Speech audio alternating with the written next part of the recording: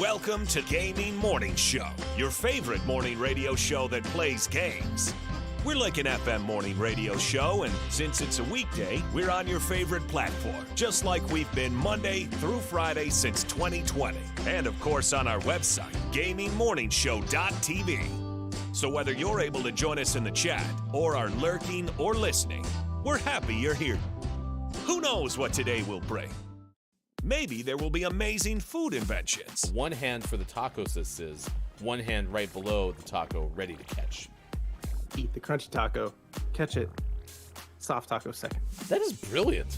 I mean, we do like a good food topic. Put it on a pancake. Or maybe we'll celebrate someone's birthday. Today, actor Peter Sarsgaard turns 52. He's the pirate now. Or meet a star of stage and screen. Says I, gaming, doc gaming, sports doc gaming. Oh shoot, I have too many names. Is that Keonstopher Reevkin? Or maybe I'll get to leave this box. I'm pretty okay in here. Okay, let's not get too ridiculous. I'm never getting out of here. But that's okay, because I'm here with you. Every weekday morning at 6 a.m. Pacific. And whatever the heck time it is in the UK. Your search is over. Beep, beep, longer beep. You found Gaming Morning Show, and we're getting started right now.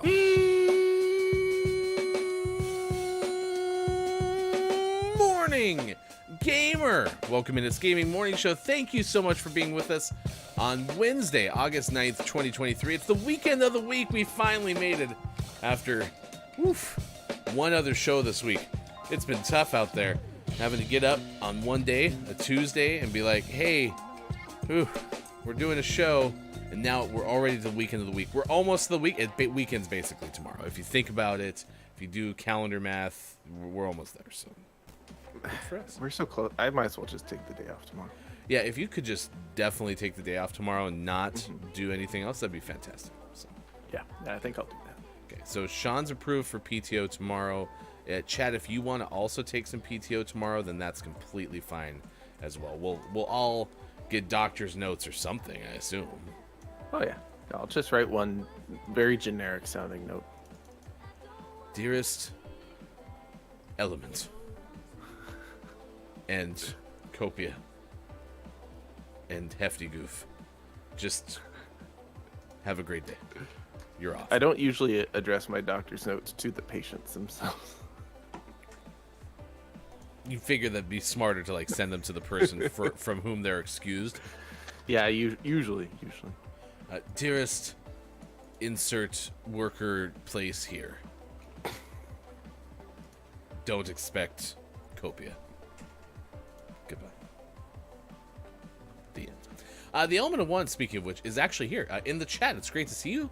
Nice chat. And also a big first for you, saying good morning, boys. We'll get to the topic of the day in just a moment. So we have Copia on YouTube this morning, Drew Mega on Twitch. It's great to see you all. Thank you for stopping by this edition of Gaming Morning Show. Copia says, I have my doctor's note, but sadly it doesn't get me paid. Ooh, you didn't put the pay the person clause in there? That's the hard part. I can't be in charge of that. Can you say I prescribe to this person getting paid?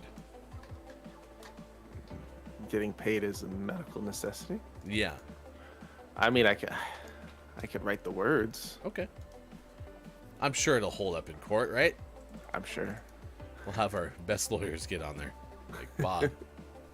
Bob will be fine. Oh, Bob's also a lawyer? You didn't know. Bob's represented me like a handful of times over the last 3 years. Oh, gotcha. You're welcome. Am I in jail?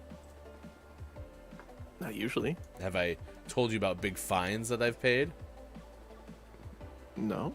Perfect. Don't pet your mule or you'll get pink eye. That's because I follow one rule. The advice of Bob. Just don't pet your mule. You'll never get pink eye.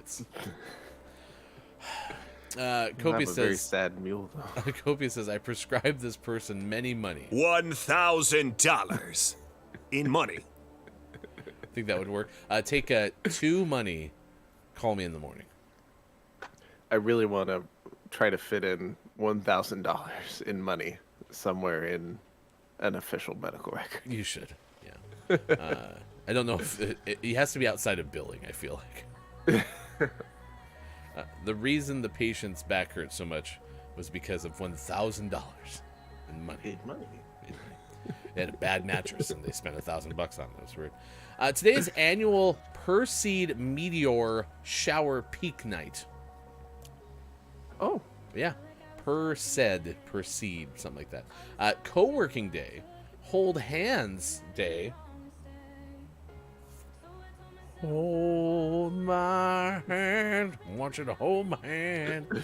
International Day of the World's Indigenous People. National Psychiatric Technician Appreciation Day. National Rebecca Day. National Rice Pudding Day. National Veep Day. And National Women's Day. Among the days of the day today, we'll have a story coming up later this hour of a bear crashing a Colorado wedding and went straight to the dessert table. We'll have that story coming up later this hour. Next hour, the tale of authorities warning of 3 cows on the loose in Connecticut. I find the word warn there so interesting. Be on the lookout. We're warning you there's some cows to worry about. Cow.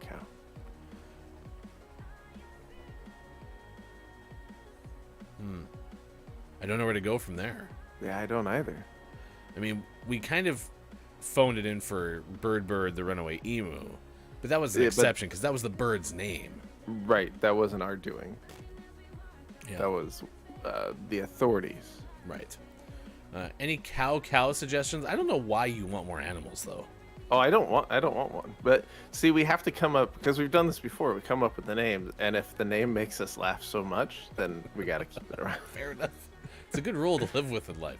Because we've had like hamster, or like we've had another one, and it was like, it's fine. It was fine. Just good.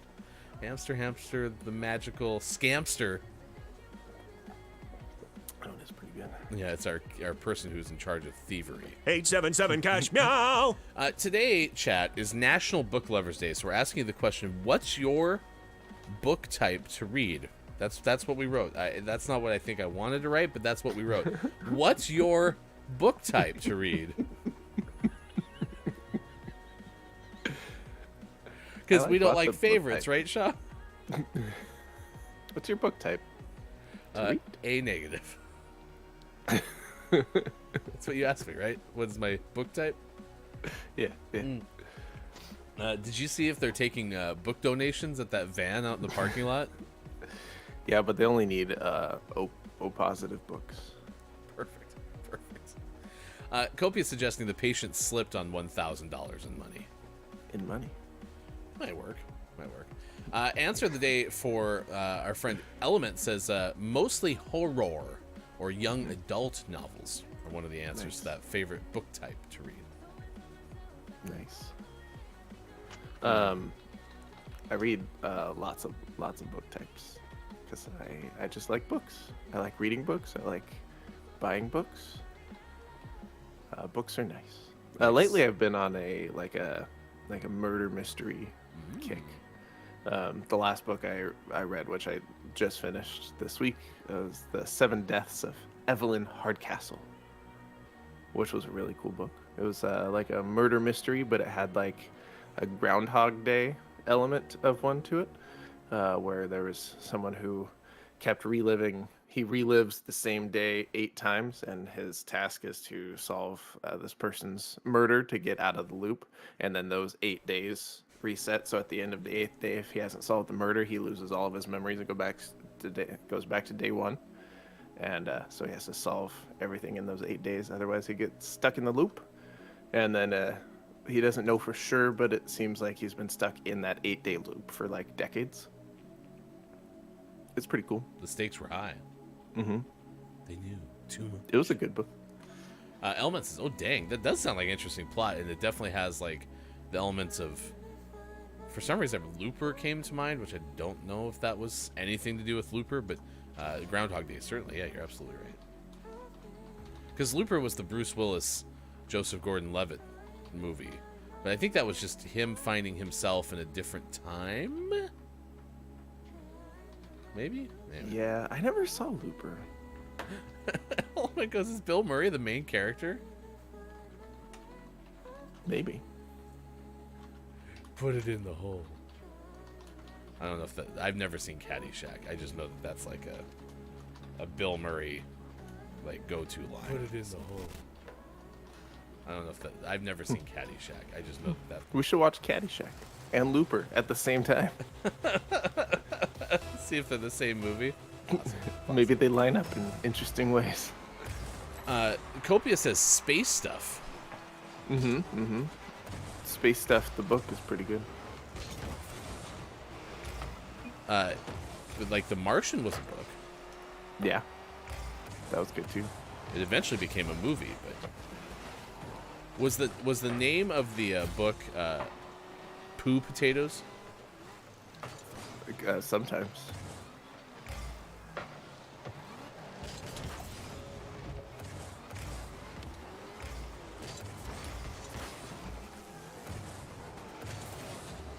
I'm probably going to really irk our teammate because I have been in all of the places that our teammate has also been, and we've been colliding with one another.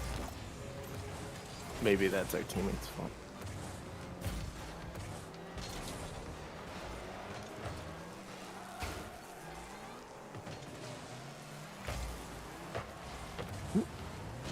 That was a close shot. The best book I've ever read, says Copia, was Everybody Sits on Sean's Big Deck. I wrote it, and it's not published yet, but it's the best.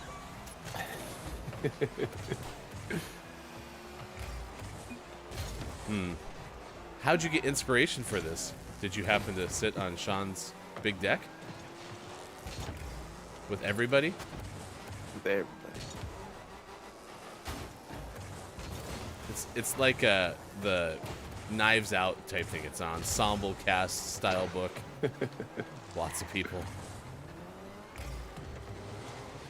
Netflix picked it up to make it into a movie. But the book's not even out yet.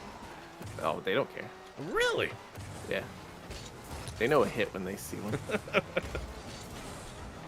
They know a hit when they randomly hear about one in passing on a morning radio show that plays games. I'm getting a call right now from the Netflix executives for some reason. Bring. Bring, bring. Called on the landline. That's good because no one else is. Copia mentioned that book. Cool place to hold on that book at the library. Yes. As you should. I mean, I don't know how far down the queue you'll be, though, Element. Like, I mean, they might have a list of 400 people wanting that book. But if you're patient enough, you'll have a chance to, at least in your mind, sit on Sean's big deck. So.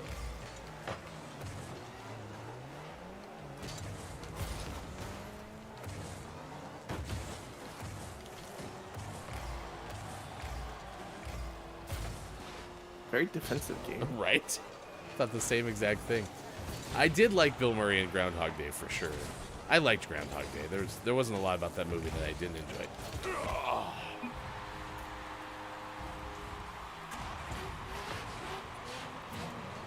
I didn't mean to make that gruntle noise.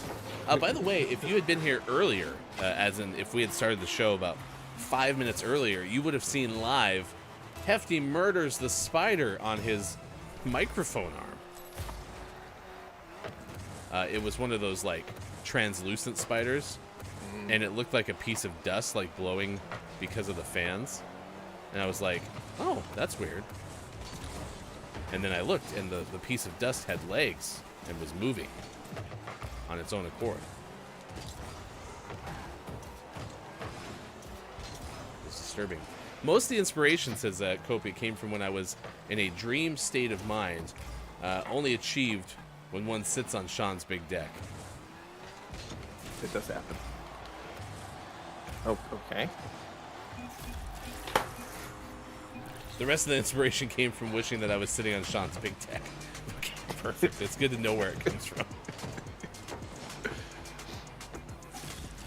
It sounds like you've thought about everything.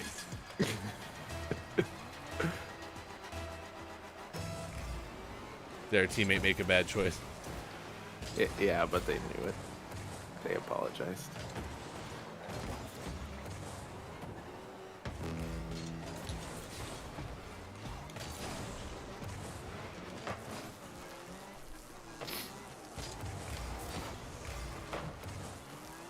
Ooh, someone's got like the electricity sound going, and it really sounds like I got like a broken connection in my headphones. And I would like it to stop, actually. It's that noticeable. If it could please end, that would be great. Oh, sorry, I didn't know you were there. You had a better angle than me.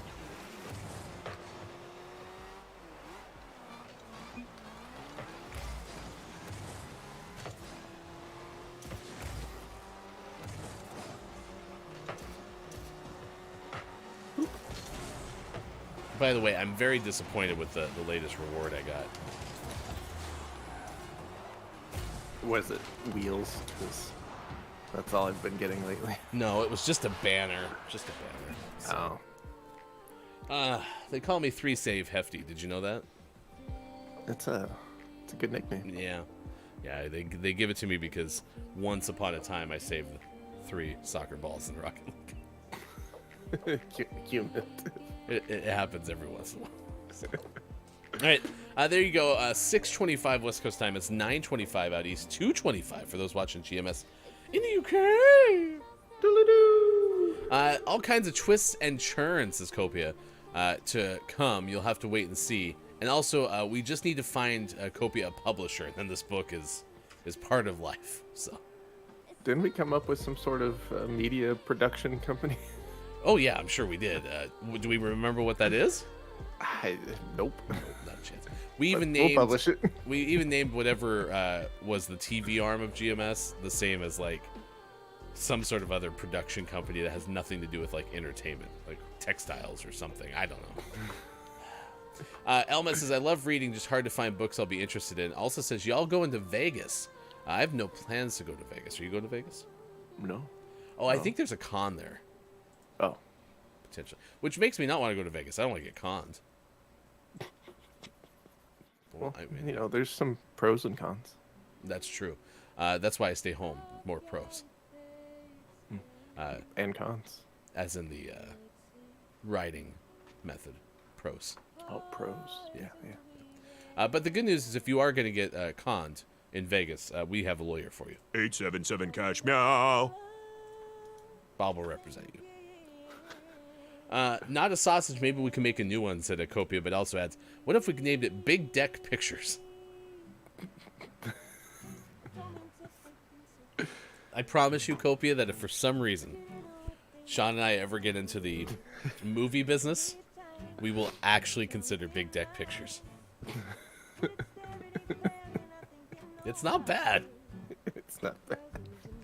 Let's get the news. Video game headlines you need to know on this Wednesday. Here's hashtag video game expert Sean. Good morning. It is Wednesday, August 9th, 2023, and this is your gaming morning show, Morning Gaming News. First story today is a journey. It's going to take a little bit of a walk, and I read through most of it, so I'll be learning along with you. But this is a story of how 4 friends built a hypercube to play Final Fantasy Crystal Chronicles together in 2023. And you might ask, what's a hypercube? Well, I'll tell you. It's when you take 4 GameCubes and a Wii and you wire them all together. This is from Rebecca Valentine of IGN. Final Fantasy's Crystal Chronicles was a 2003 GameCube game that leaned heavily into its multiplayer functionality for a unique couch co-op experience, but that didn't translate into its 2020 remaster.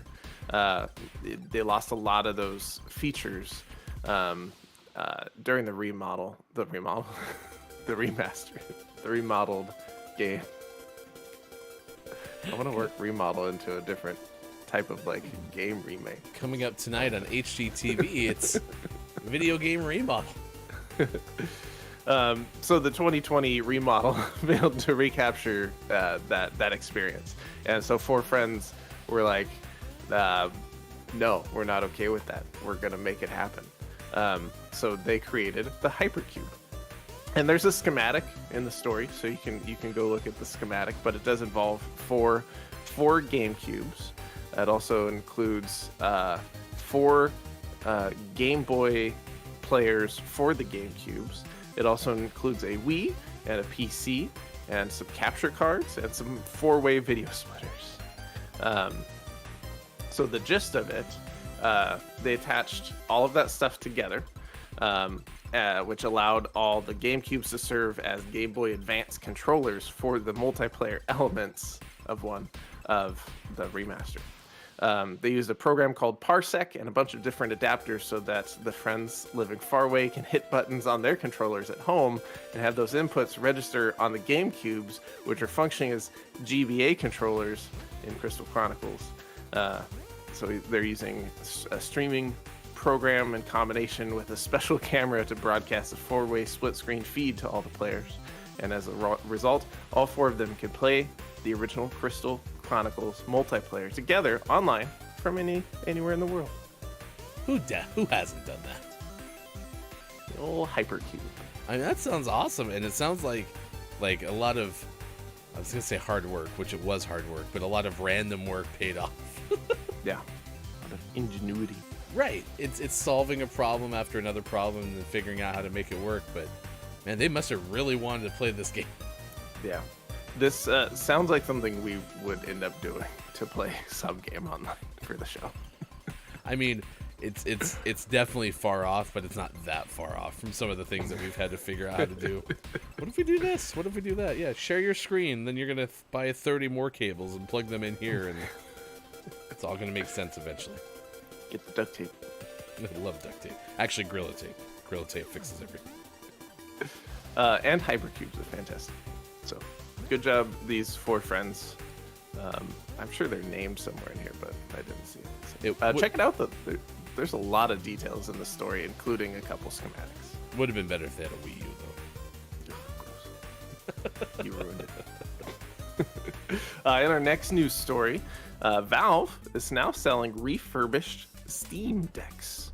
This is from Tyler Lyles of IGN. If you're in the market for a Steam Deck, but don't like the starting retail prices, a refurbished one may be a good option, and now they're officially available.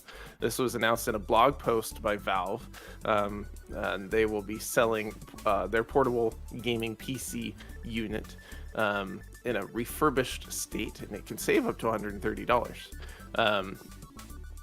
They do go through a certified testing process, so they should be fully functional despite being refurbished. And the 64 gigabyte model is $319, originally $399. The 256 gig is down from $529 to $419, and the 512 gig is down from $649 to $519. So you can definitely save some money if you're looking for a Steam Deck and don't mind having a refurbished model. They are fully tested at the Valve facilities and come with the same 1-year warranty as the new Steam Decks. Supplies as of now are limited, so they will go out of stock pretty quickly, but as for now, they are available. Have you ever tried refurbished electronics? No.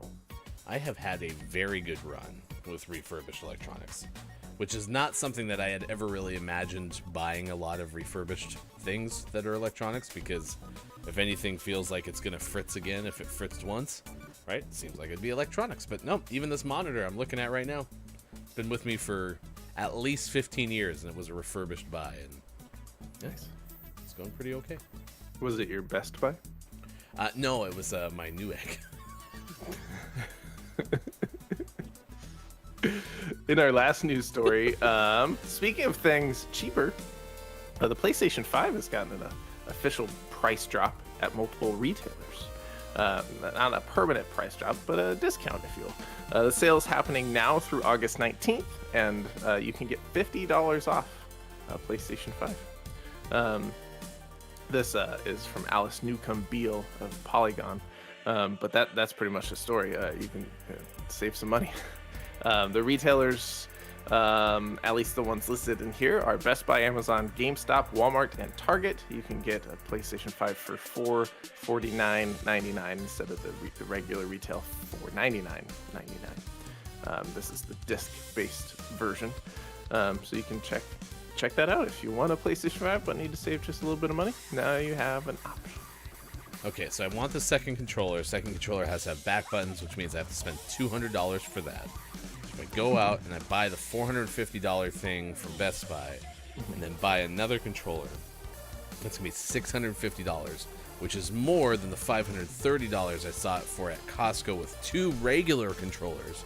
But I need back buttons. If I don't have back buttons, I can't play the one game I would have a PlayStation 5 for, which is Apex Legends, which I can play on my PlayStation 4. Still sounds like it's $50 cheaper. I think I didn't help. I think I made it more confusing. It was pretty straightforward, actually. So. Yeah, good discounts, and we're probably gonna see more of these pop up, especially as more rumors about a PlayStation 5 Pro circle around. So keep your eyes out. As more rumors start to circulate from Microsoft about the existence of a PlayStation Pro. Microsoft, the place to go for all of your PlayStation.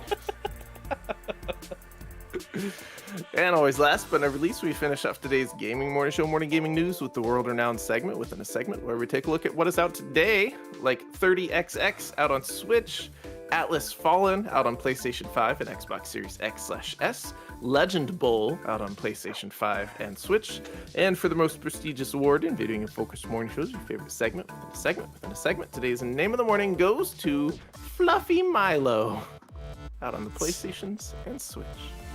I mean, it's a text-based name. There's no way you can know that the inflection is supposed to go Fluffy Milo. Fluffy Milo. Oh, I just felt it in my bones. I can trade in my PlayStation 4 on Amazon and get $85. And then if I trade in your PlayStation 4, I can also get another $85. I still need my PlayStation 4 for PlayStation VR. Oh, I'm sorry. I might have already sent it in. So. Awkward. Oh, it's down to 60. I had to tell them it was only a 500 gig model. Oh, bummer. Does it power on and is fully functional? Not when I play it. It's missing lots of function. Just one. Congratulations today to Fluffy Milo. It is our name of the morning, could become name of the month. Yesterday, Sean was kind enough to unveil our name of the month for July, which was... It was Super Sean 008 Zeller's Revenge. If you would paste that in the square above the topic of the day on the rundown, that would be huge for me. So it could be name of the month for August, Fluffy Milo, that is. We'll have to find out, but tomorrow we will play our July name of the month for the first time. We like to do that on Thursdays during the Final Hour crew.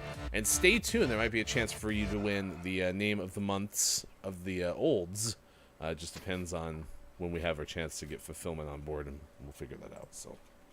I mean, we have had once a Fulfillment Appreciation Name of the Month giveaway, and it went pretty well, so no complaints. It's true. This song you hear is from Kathleen L. We've played it for a long time, but Kathleen has been posting more things on her Instagram. New song that's out from Kathleen L. This is not it, but if you would be so kind as to check it out, Kathleen, I'm sure, would like it.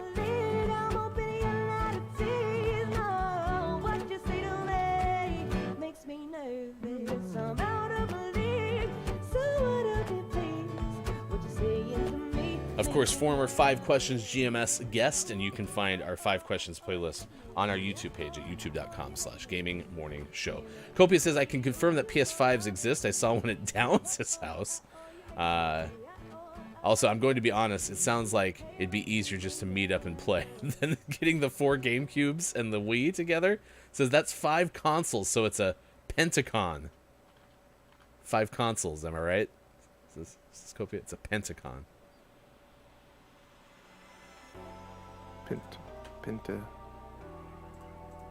Pentacube. Well, with the Wii, it becomes a Pentacon, I believe. Yeah.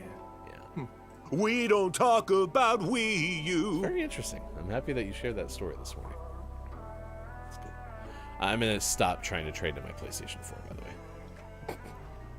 I'm ruling it out. See, I got to save. If I want it by this time next year. Math is hard. Speaking of math, though, we have an animal that does that for us. That's why we don't worry about it being difficult, is because we just ask the winged one that sits behind Sean's window. There's a meadow back there, but we don't look out the window. We wonder if there's a meadow with the window that we look out. Menagerie.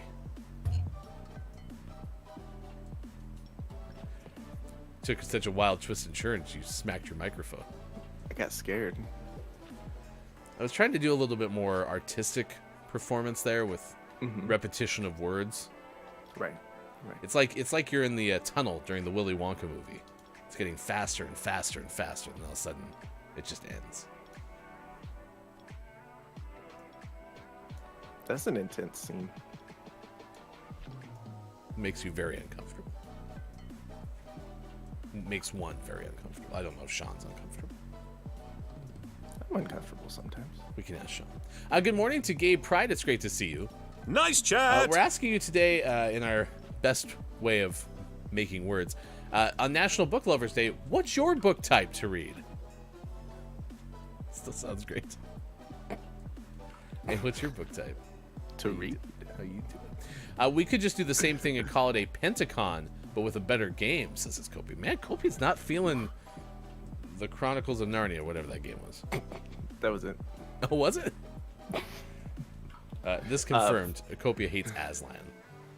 It's the deeper console. I was watching some sort of Jeopardy category. They've started to make them into shorts on, shorts distributed places like Reels and YouTube and all that stuff. Shorts.com. Yeah, Shorts. Shorts.com. Place watch all your Shorts video. Where do I buy my Shorts though? And it was one where it was like they gave like 3 names together. You're supposed to guess what they were, and one was like Aslan. I'm like, that's lions. I could be on Jeopardy.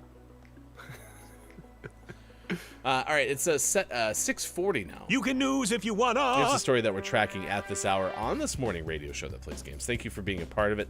Ben Hooper of UPI has our first story today, and this is about another escaped bear on the loose, but this one crashed a Colorado wedding and raided the dessert table. According to the story, a couple had their wedding raided, but a monsoon started to shake things up a little bit.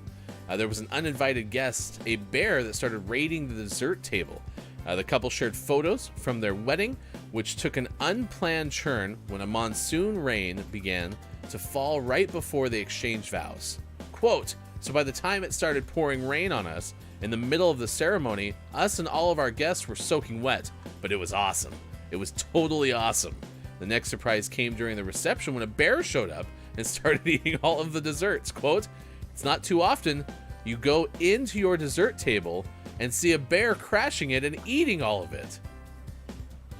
That happens a lot to me. That happened at your wedding too? No, it just happens in my everyday life. Sports Talk Wife's like, you want to get dessert tonight? I sure do. Sure hope Bear hasn't eaten all of it again. I can totally see how that happens. The couple said it ended up being, quote, the perfect Colorado wedding. Quote, life doesn't always go to plan, but it's how you get through it together. Nice. Good way to look at it.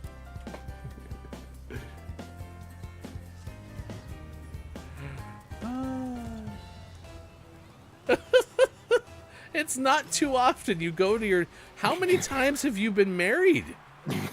That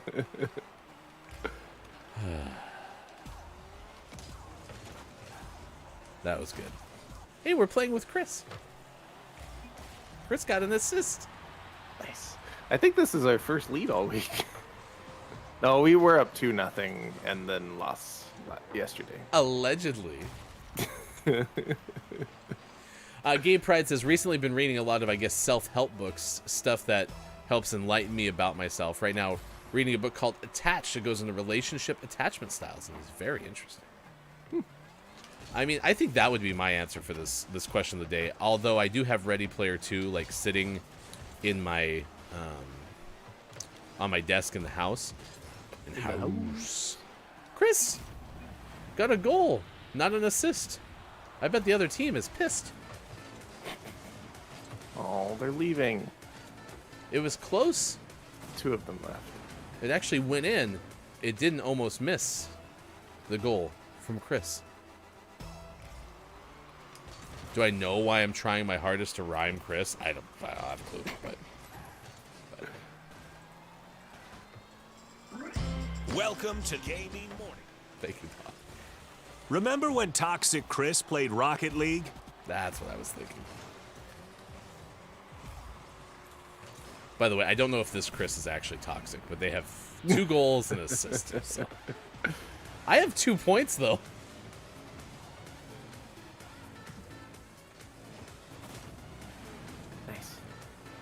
Nice. They still have 3 players, so I might have to actually try to score some points. Yeah. 2 of them left, but then they were replaced, so we should be okay. That's what happens when they leave the game with just a few seconds on the clock. I mean, seriously, we were in this game for 30 seconds and they left. Yeah. Please get in there because I need the assist. Their name is Don't Expect Much. That is a great name.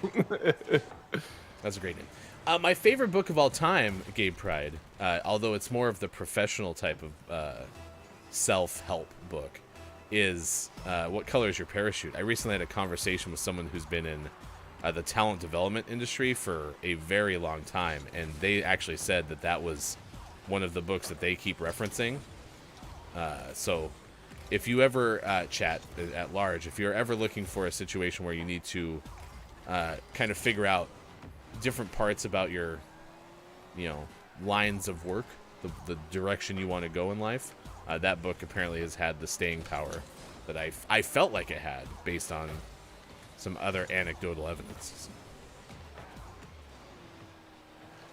And they update it every year, so that book's been around for a bajillion decades, but then they still kind of update it. So you're not reading the book from the 1970s that didn't know the internet was around. Which, as far as I know, is a good thing. The internet? Updating it to go with modern technology. This book keeps referencing using my landline phone. I gotta send a fax to the employer.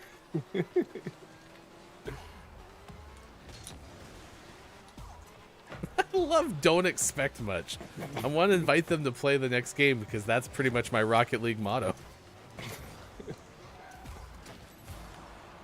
That said, I do like reading more for just fiction. Like, I was going to say for fun, but I like reading the professional help books, so that is fun. But yeah, more fiction-based books. It's just, I haven't got into a habit. Unless I get into a habit of reading, then it's not going to happen, so.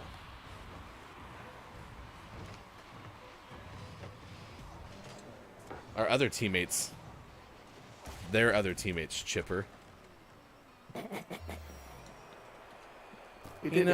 I wish there was a button that you could push and say, hey, because we're in a party, since we're 2 out of the 3, if they decide to quit, we'd like to just play against AI the rest of the way.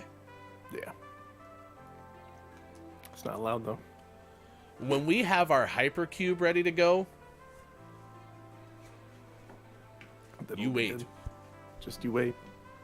All right, it's a 6:47. We have to fill 3 additional minutes. I don't know if I want to do that. Just want to sit here for 2.5 minutes? It's time for our new segment. Sean browses his inventory.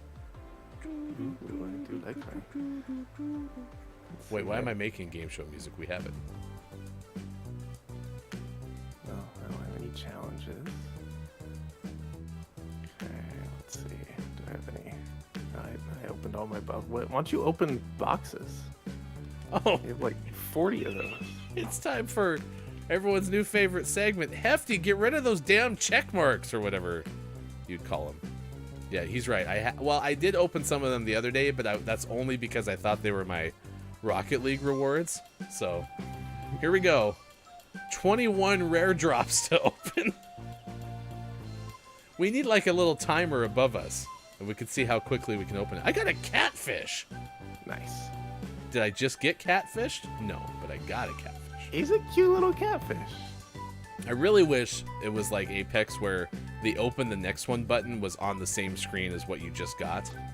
Yeah. There's too many steps to open these boxes. It doesn't need to confirm every single time that yes, I do want to open this box. Just let me open it. Ooh, look at my rare paint finish. Ooh, nice. That would look nice with a catfish. I did tell Sean that I'm going to make another profile, and I think I'm going to start having daily profiles. So, with Football Fridays, so you all get Broncos car back on Blue Team. So, all right, we got time for one more. I think we found our new filler segment. Yeah. Ooh, that's like, it's like hexagonal. Look at that. Nice. Yeah. You're Yeah, shooting math out your butt. Shooting math out my butt was the name of my band in high school. Speaking of which, and Don't Expect Much was Copia's name of his band in high school. So. All right, and that was Hefty opens all the things that he gets from Rocket League. At least some of them. Also, I'm claiming all of my challenges as we speak. So, Nice. hey, look, I got another rare drop. I was gonna say you're gonna have more to open then. Game Pride says, as a kid, I used to get in trouble because I would spend all night reading. They would have to take away my book. Did you ever do the like under the covers with the flashlight kind of thing? Yeah. I did. Hey, this may not surprise you. You know what I was always getting in trouble for? I don't know. Listening to the radio. Oh, yeah. That Yeah. makes sense. So I'd have the radio on. We didn't have a lot of options, so there was a lot of times it was just country music, which, ugh. But sometimes it'd be like baseball games. Nice. One of the coolest things is like AM radio travels a long way when there's no competing signals for it. So you can listen to a station out of Calgary, Alberta, all the way in Southern Oregon at like 11 o'clock at night. Nice. It's pretty cool. So I've even had people say that like they've heard me in Oregon and Wyoming. So it's nuts. That's pretty cool. Calgary, the Vegas of the North. Hey, it's Brendan's here. Nice chat. Good morning to you, Brendan. We're asking the question, what's your book type to read? Hefty might have omitted a word. But now we like it. Am I going to make the rest of the questions of the day for the whole rest of the week like that? Probably. Probably. It'll be great. All right, let's do birthdays this day in gaming history. If you know someone celebrating a birthday, please let us know because it's 6:51 West Coast, 9:52 East Coast, 2:52 for those watching GMS in the afternoon. We'd like to celebrate with you. That was disjointed as all get out, wasn't it? Celebrity birthdays today. There's a whole bunch of people. Like, these August birthdays have been lit. Yeah. A whole bunch of people on this list again, including Like a Truck. Sam Elliott, actor, turns 79. Sam Elliott portrayed Thunderbolt Ross prior to William Hurt. Do you know what any of that meant? Yeah, it's a Marvel character. I thought it was going to be like a Western thing. That's Marvel? Yeah. This General Thunderbolt Ross. This is no joke. We were at the Barbie movie, and there was previews for Captain Marvel. It's a new Captain Marvel movie with, I think, Miss Marvel's in it, too. The Marvels. Is that what the movie's called? Yeah. So there's this movie. It looks like there's multiple Marvels. Not Marvel characters, but their like last name is Marvel. Right. Right. What do you think it's called? Captain Marvel plus Miss Marvel, an epic adventure. And Friends. And friends. It's like Garfield, where they added the end Friends full time. And Hefty Wife goes, That one looks kind of good. You've seen the first Captain Marvel. I was like, no. Do you not even know me at all? Actress Melanie Griffith turns 66. So close. Her daughter, Dakota Johnson, is also an actress. Dakota Johnson. Isn't that 50 Shades of Grey? That's a good question. Yes. Yes, it is. Also was in Cha Cha Real Smooth. That's the name of a movie? That's the name of the movie. I'm very excited about this one. That's also the name of a lyric in a song, believe it or not. Ooh, wow, this is a recent movie. Yeah, 2022. All right, you ready for the plot to Cha Cha Real Smooth? Mm-hmm. All right, here we go.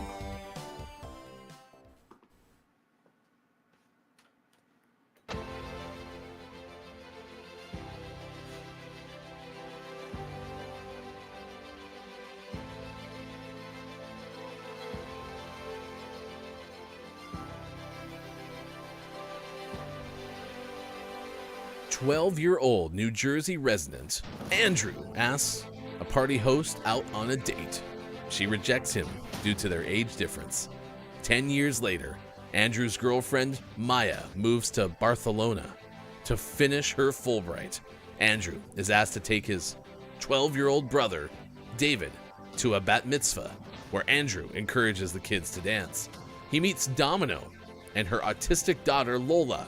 Andrew's peers have been spreading rumors about Domino. Andrew introduces himself and manages to take Lola to the dance floor, surprising Domino. The mothers at the party take notice of his charisma and agree to hire Andrew as a party starter at upcoming bar and bat mitzvahs. He dubs himself the Jig Conductor and plans to use the money to reunite with Maya in Barcelona. Jig Conductor. The Jig Conductor. It's a terrible name. Toot toot. Because it's a conductor. They have something to do with train. I wonder if there's some part in if there's some relevance in Jewish culture potentially with all the bar and bat mitzvahs, but I don't know. So I'm asking that of you, chat. Hey, it's Brendan says, if it's not a biopic of the guy who wrote the Cha-Cha Slide, I don't need it. 2022's Cha-Cha Slide, directed by Cooper Raiff. Oh, Apple TV, this is out now. Came out like a month and a half ago. So 107 minutes, that's watchable. All right, today, actress Gillian Anderson turns 55. Oh boy, I wasn't prepared for this one. Gillian has won Emmy Awards for both The Crown and The X-Files. How many nominations? Emmys edition. Hit the music. It's not usual that we play. Well, I guess we didn't play another game in this birthday segment. We just had the trailer release, or the movie trailer. But we have to go for nominations because we know that Gillian's won both for The Crown and The X-Files.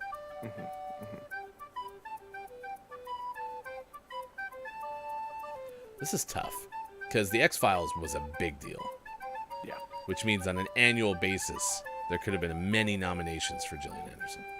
And I think The Crown is a fairly big deal too. So I'm going to go double digits. I'm going to go 11 nominations. 11 nominations.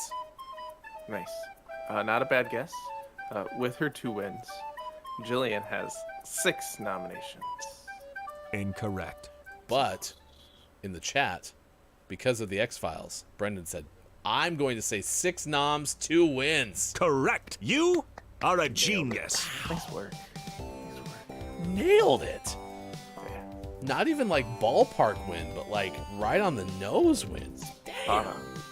It's pretty good. You're so much better at this game than me. Sorry. Heck yeah, woohoo! Actor Eric Bana turns 55. Fun fact, he appeared in Hulk with Sam Elliott as the star. Dr. David Banner. He was later recast as Ed Norton and then Mark Ruffalo.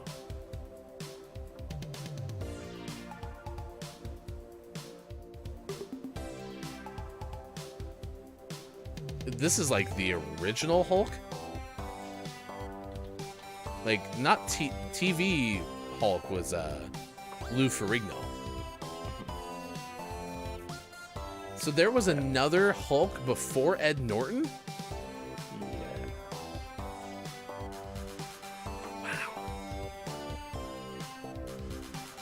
Because this was in 2003, this was just called Hulk. And not to be confused with Edward Norton's The Incredible Hulk, I believe, in 2008. Wow. You should really, y'all, you should check out these Marvel movies. There's something else. Actor Kevin McKidd turns 50. It's not a McKidd anymore. A fun fact, only 4 actors have appeared in more episodes of Grey's Anatomy than McKidd has. I'm so jealous of his last name being McKidd. Like, that sounds like when you were a kid and you wanted to make up like your movie star name. You're like, yeah, I'm gonna be Ryan McKidd. But his is almost alliterative with the McKidd. Anyway, actress Jessica Capshaw turns 47. Jessica has a middle name, and that middle name is Brooke. Jessica Brooke Capshaw. Today, actress Anna Kendrick turns 38. She portrayed Jessica in the Twilight film series. We're not playing bingo, but if you had one of your best-known roles, although Anna's gone on to do a lot more than that, X that out. Which we're not playing bingo because bingo's in hiatus. We've got a drummer birthday!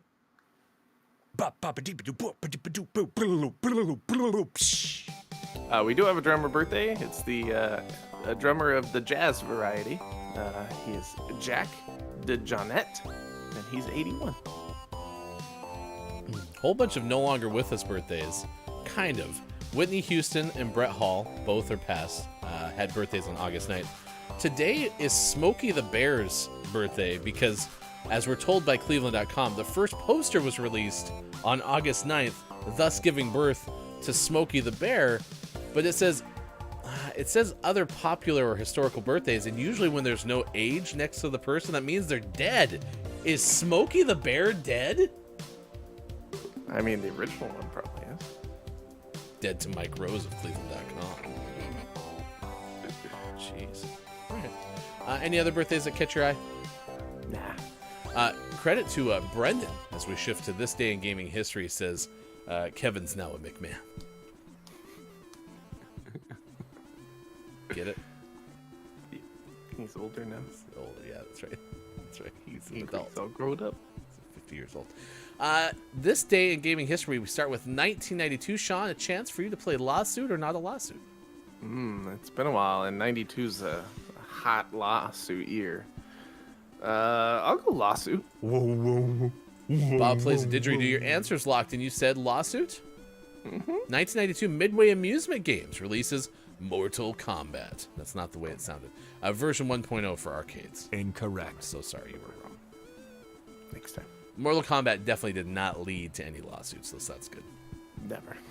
1999, Sega of America announces it's beginning a $100 million marketing campaign to promote the Dreamcast video game system, with television advertising showing the system. It's a lot of money. I wonder, like, can you give me inflation 1999 100 million to what it would be for today? 209, that was the year. Electronic Arts releases The Beatles Rock Band for Xbox 360 and PlayStation 3. Again, that was in the year 209. I already know that me saying current millennia year names as 20 already bothers some people. I'm worried how much saying 209 sets people off. I'm very sorry. All right. $100 million in 1999 is worth not quite double, $183 million. Okay. Yeah, the Barbie movie budget was worth more than the actual making of the Barbie movie. I think it was like somewhere around $175 million. So imagine that for a Dreamcast, but clearly that didn't work. So. Bummer. I like the Dreamcast. I feel bad for it.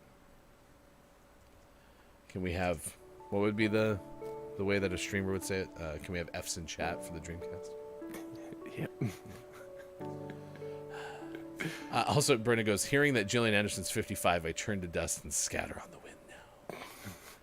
There goes Brenda. Good morning to Mel B on YouTube. Says, since it's National Book Lovers Day, I'm going to finish my book, as you should. Good luck with that. Also, good morning to Abacus Apothecary, who's saying, gentlemen, behold, it is good to see you. Nice chat! Brenda goes, Dreamcast was so underrated. Absolutely. Do you have a gaming historian on Dreamcast? Not that I remember. Okay. Maybe a Did You Know Gaming or something, but there's got to be a really good explainer about why the Dreamcast was such a, like, before its time, but still a swing and a miss. Yeah. So. All right, next hour we'll tell you 10 most popular book types of all time, because we're asking you today on National Book Lovers Day, what's your book type to read? We'll also have sports. Sports. All right, come on back now. You hear it's Gaming Morning Show, Facebook Gaming, Twitch, YouTube, GamingMorningShow.tv.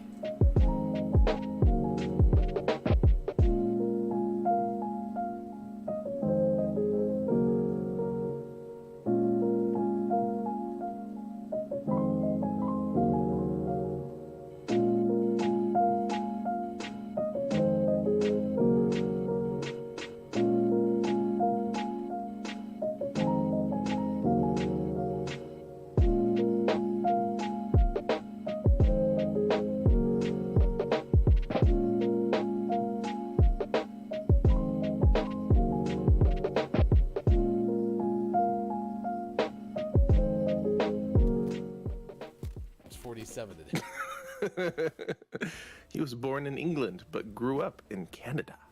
And Zendaya turns 26 today.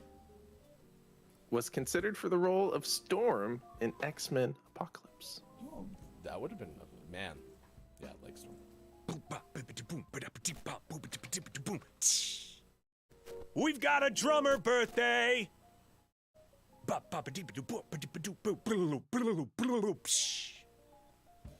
Drummer Greg Errico of Sly and the Family Stone is 74. Love some Sly Stone.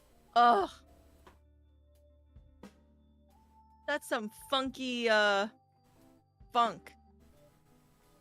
I get it. I don't know which Sly one. Stone. Which one's the bad word? It's some funky sheets. There we go.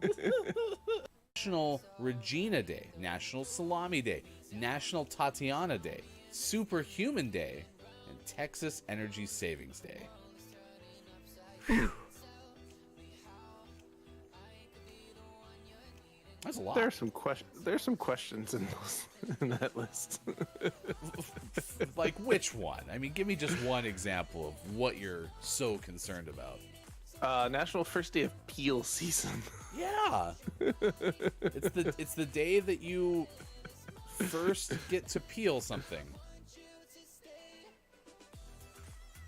Oh, maybe it's about like skincare. Like you peel off old skin because we're going into fall and Right. Yeah. Right. It is Potom. You can't do that while I'm drinking a drink. Oh no! Larry! Kopi says, my favorite puzzle is my ghost jigsaw puzzle because I'm now realizing that I have ghost merchandise for seemingly all occasions. Help. But generally speaking, jigsaw puzzle. You know, you mentioned jigsaw Sudoku, and my brain went to like, care to play a game?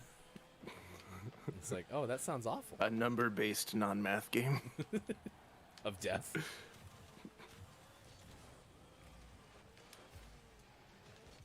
Oh no, that's going to probably center it.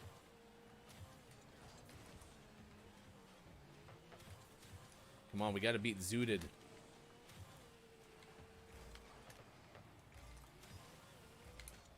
Oh my gosh, how'd that person jump over me? How are they seeing me? Ooh. Whoa. Special Bond. Styles switched, but never the essence. If you love hats and DIY, then September 15th is the perfect day for you. I actually would like to see more DIY hat makers.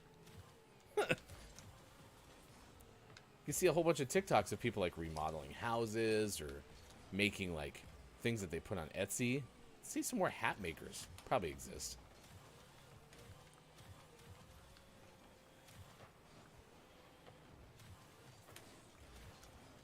Let's go make a hat. Maybe out of Sean's cat.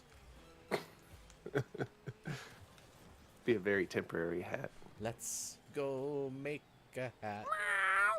Make a hat. Arturo would not be happy.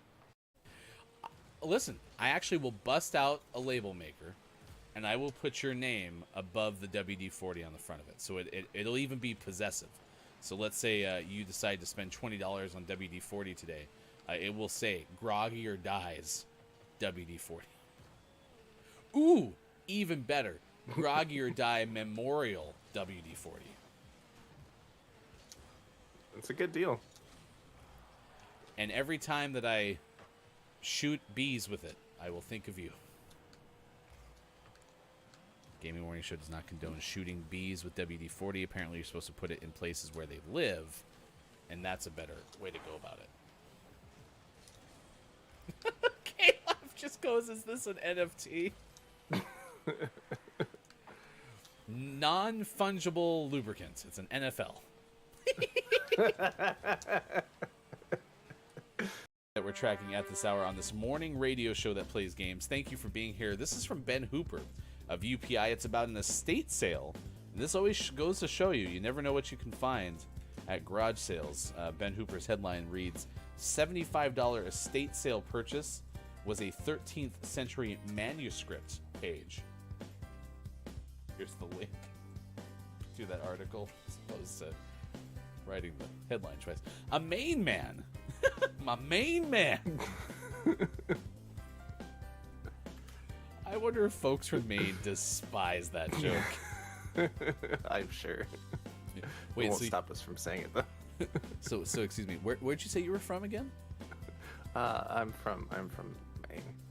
Oh, I've never met anyone from Maine before. Will you be my main man?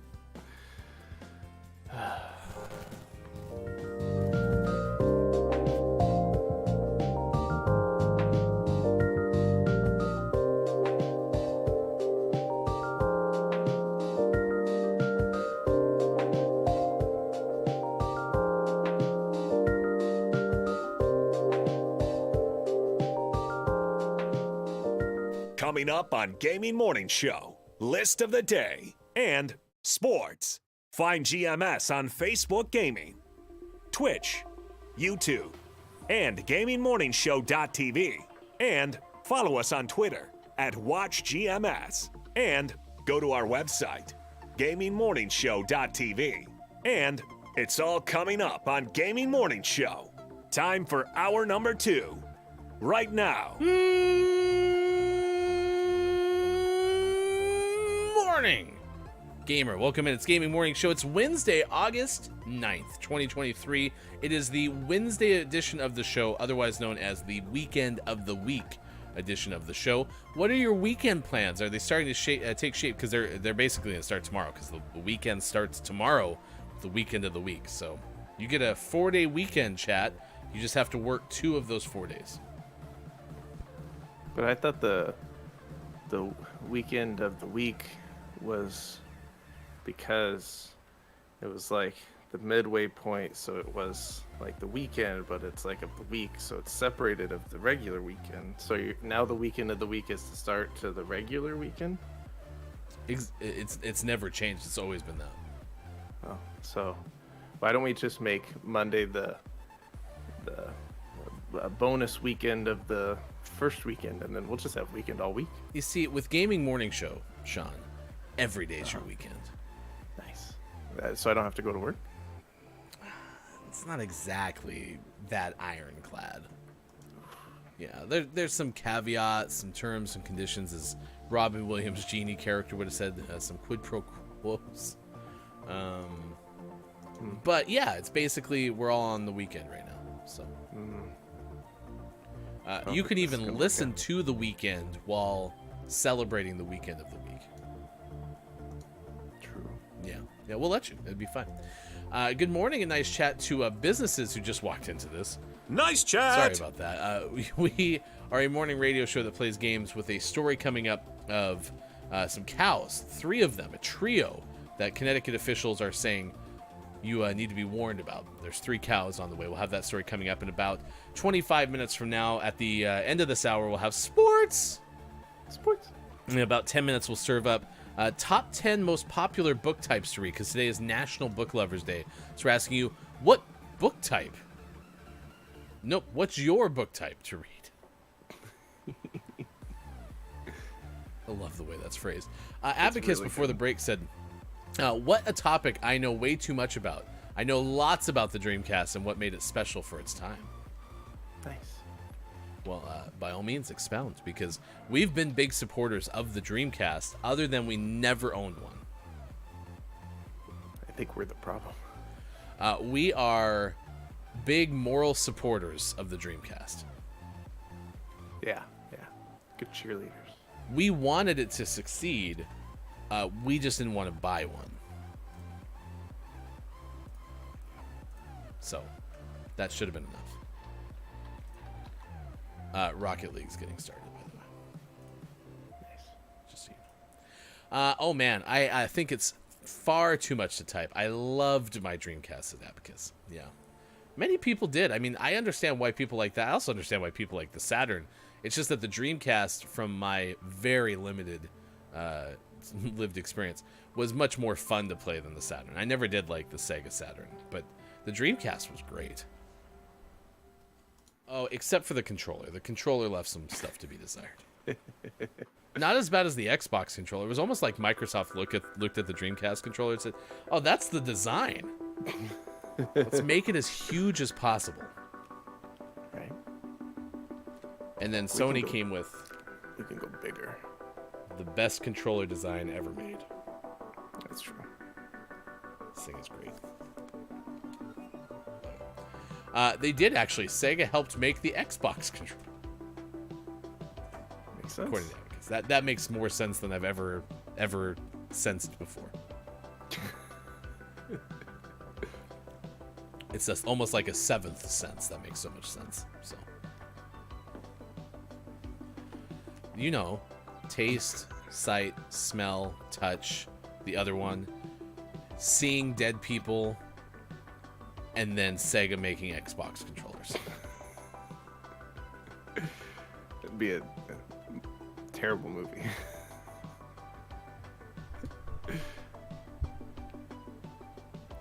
I seen Xbox controllers.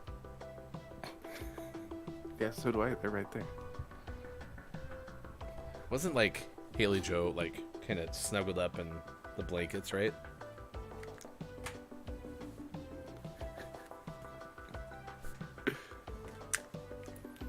And wearing his headphones all tucked in the bed.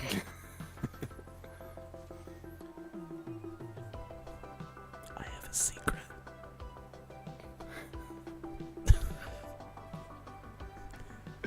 Yeah. It's the Xbox controllers.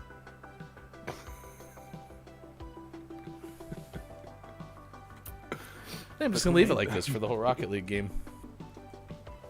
If there is a Rocket League game. What, I can barely hear you through all this fabric. What's that? If there is a Rocket League game, we'll Wow, see it if sounds Rocket like League you're cooperates. significantly underwater. Ah, so much better. Talk to me. Tell me your name. All right, it is now 7:18 coming up. We'll have that list of the day. Fantasy, high fantasy all the way, said Sis, for best type of books to read. What's the difference between high fantasy and low fantasy? Altitude. Do you like your fantasy at, like, Denver Heights? Is what you're saying, Sis?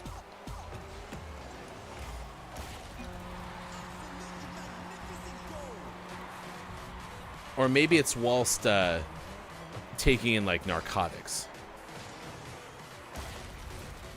Yeah. High fantasy is legal in a lot more states now. Okay, so other than that, the Dreamcast was not a true 128-bit system. It had two 64-bit processors, says Abacus. But it was built using arcade system hardware. That is why we got arcade perfect games on the Dreamcast.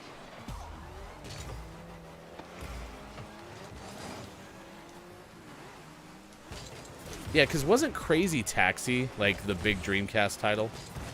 Yeah. And it looked very similar to its arcade counterpart, if I remember right. Virtua Fighter, same thing. Not Virtual Fighter, in case you made the mistake that I made for 20 years.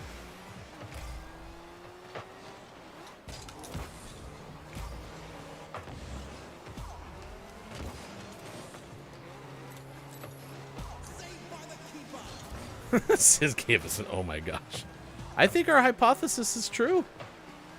Name one part of our theory that did make sense, Sis. Yes, you're gonna give me an assist. I knew it was happening the whole time. I didn't even look at it. I jumped to the wall. I'm not even looking right now. Just jumping on the wall. Crazy Taxi, Soul Calibur, Daytona, and Marvel vs. Capcom 2. Dreamcast version of that is extremely expensive. How much did Dreamcast games cost then? Did they cost more? I think they were pretty normal at the time. Just now.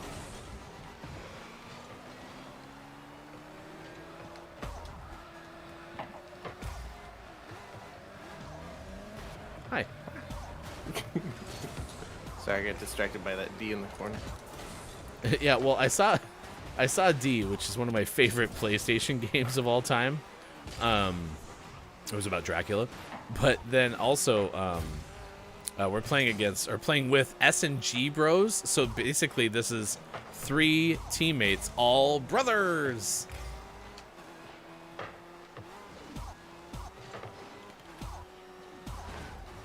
Uh-oh, I went way too fast. I did not need the boost for that.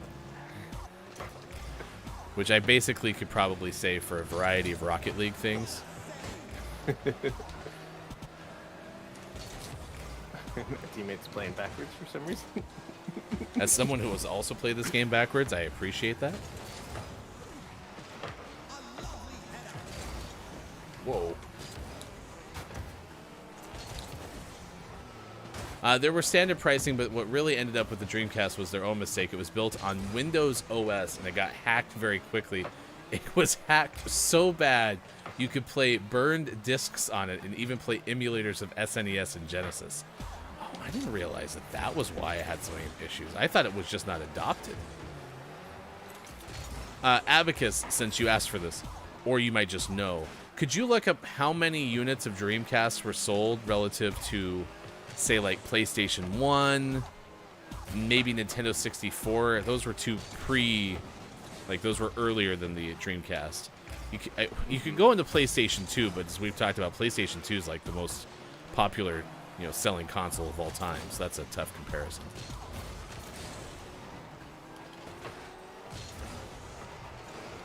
Because if it wasn't a numbers thing, it was just the fact that it was being hacked all the time. Like, that's an unfortunate, circumstance.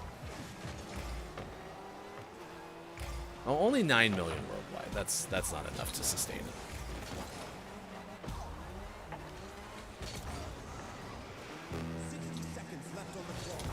Is your back hurt? Nah, I'm pretty good. Me and S&G Bros or whatever, we have combined 200 points. So.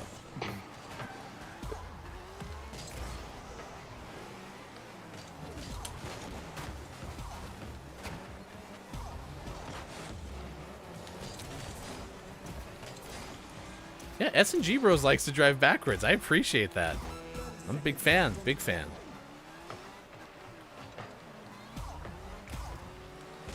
Oh, went too fast. You know, I probably didn't need boost for that one. Remember that realization we had last week where I was like, I'm gonna use my boost less? Yeah. Did that last? It's we have some work to do. Let's put it that way. Comparatively, N64 to date has sold 32.93 million, although the N64 lasted longer. True. Like, it was available for sale longer.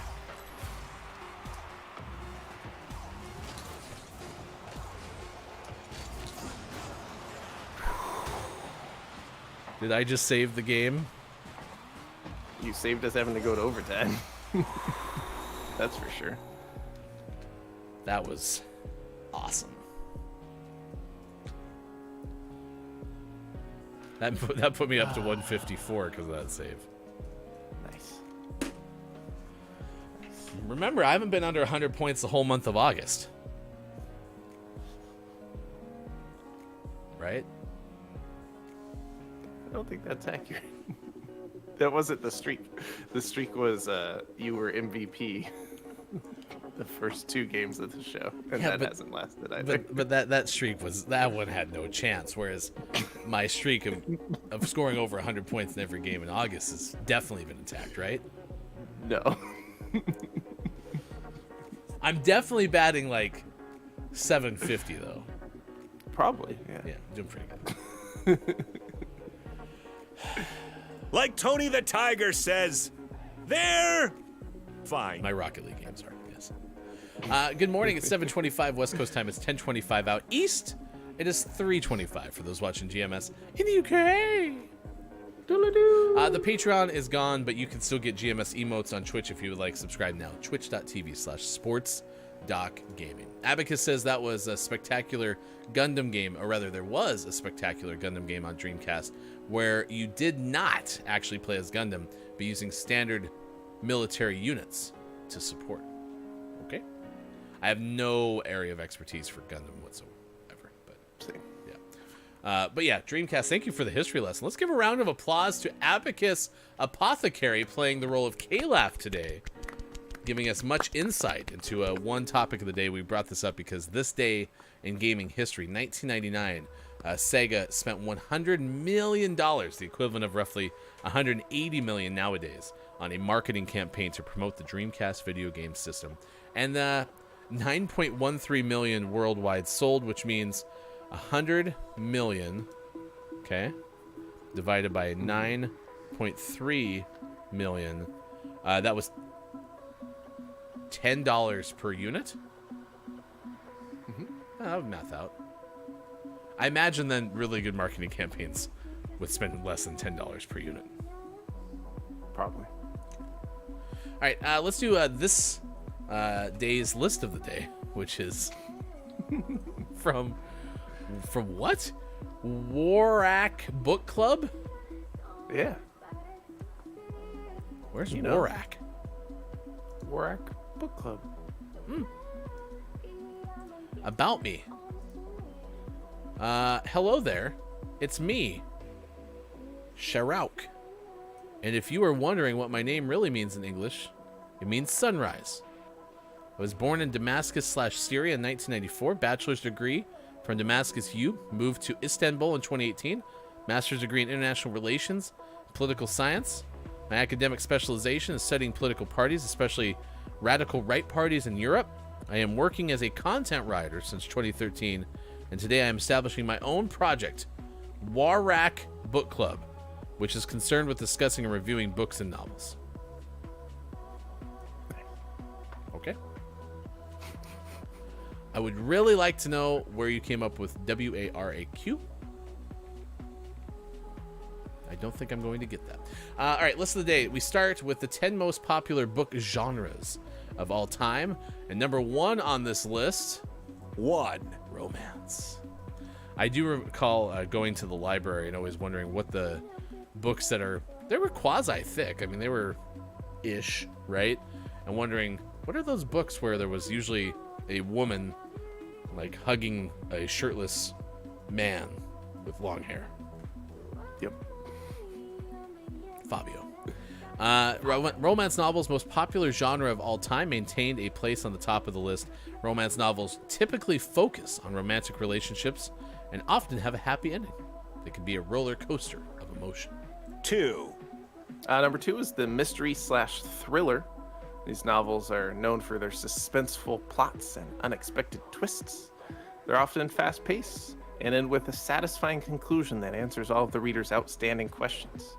Readers love the excitement and the challenge of trying to figure out the mystery before the protagonist does. It's a mystery. Do you find yourself doing that with your mystery? Mm-hmm. For sure. Were you right? Sometimes. 3. Science fiction / fantasy involves things like magic or supernatural elements. Science fiction also explores an imaginary world, but it deals with scientific advancement and futuristic technology instead of magic.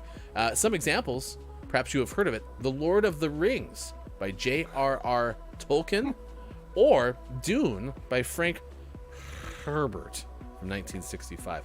I did not realize Dune is that old. Yeah. Dune's been around. 4.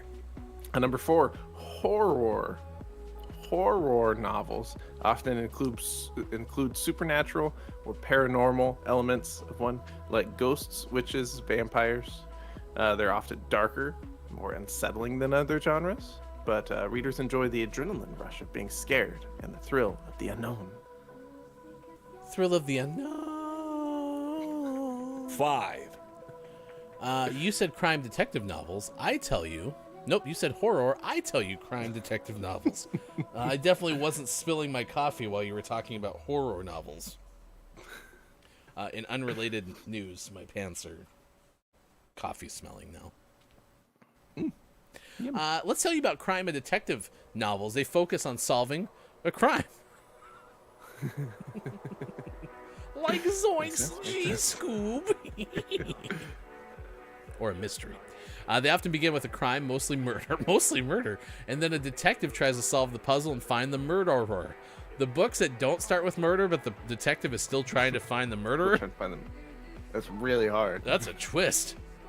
Some examples of this: Murder on the Orient Express from 1934. That is from 1934? Yeah. Wow, so Books many of are these. old. Yeah. It's like books have been around a while. Yeah. Tale as old as time. But some of the more modern ones, all from the 2000s. The Girl with the Dragon Tattoo and Gone Girl, both written 2005 and 2012, respectively. 6. Number 6, young adult. YA books are written for readers between the age of 12 to 18, but they're also popular among adults. The stories generally revolve around problems faced by teens, such as coming of age, first love, and identity. And there are many genres within the YA genre, including romance, fantasy, science fiction. Young adult readers also enjoy books that are relatable to their own experiences and struggles. Some examples include The Fault in Our Stars by John Green, which is fantastic, The Book Thief, and The Hunger Games. Heard of it. Mm-hmm. I've listened to The Hunger Games. Yeah, me too. 7. Never did read it. Classics. Longer beep. In harmony. Beep. Literature includes books published decades ago that stood the test of time, unlike all those other books we just told you about. Although these are all from the 1800s or like pre-Great Depression that we'll share with you in a moment. They represent a time that it was written, or the time it was written, and still influence a new generation. So Wuthering Heights from 1847, or The Great Gatsby from 1925 by F. Scott Fitzgerald. F. Scott Fitzgerald. 8. Narrate historical fiction. This blends historical facts with fictional storytelling, which enables authors to revive various cultures and time periods, evoking a vivid and engaging portrayal of history. The genre's widespread appeal encompasses readers of all ages and has inspired several film and TV adaptations. This gives you a chance to learn more about different time periods and cultures while being entertained by a good story.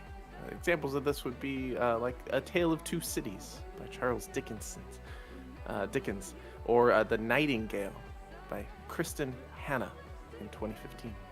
9. Dystopia. They often present a society that in some way is undesirable or frightening and can serve as a warning against the potential consequences of political, social, or technological developments. Examples of this might be 1984 by George Orwell from 1949. I did not realize, I thought that book was the numbers, but according to this, it's written out as 1984. The Handmaid's Tale, which Hulu made first, but there was also a book written in 1985. But also Fahrenheit 451, which of all the books I was required to read during like middle school reading and writing class, this was the only one that I remember vividly actually reading. Yeah, and it's good. That one, and then where's the one that this could be spoiler tease. I hope I'm not spoiling probably a 100-year-old book. Spoiler tease. What's the one where there's like two, maybe they're brothers. One has special needs and then ends up having to be shot or gets shot. Oh, is that Where the Red Fern Grows, or is that No. Of Mice and Men? Of Mice and Men. Okay. Yeah. Businesses says Of Mice and Men. Okay. So I actually thought I remember Where the Red Fern Grows better, but apparently I don't. I remember Of Mice and Men. Wasn't the Red Fern Grows dogs related? Yeah. Like bloodhounds or something? Yeah.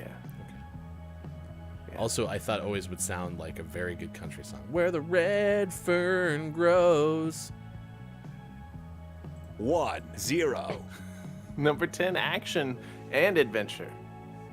Typically fast-paced. It's both of them together, action and adventure. It's not just Exciting action, adventure, stories. it's action and adventure. These are centered around some physical activity, danger, and often involve heroic characters on a quest or mission.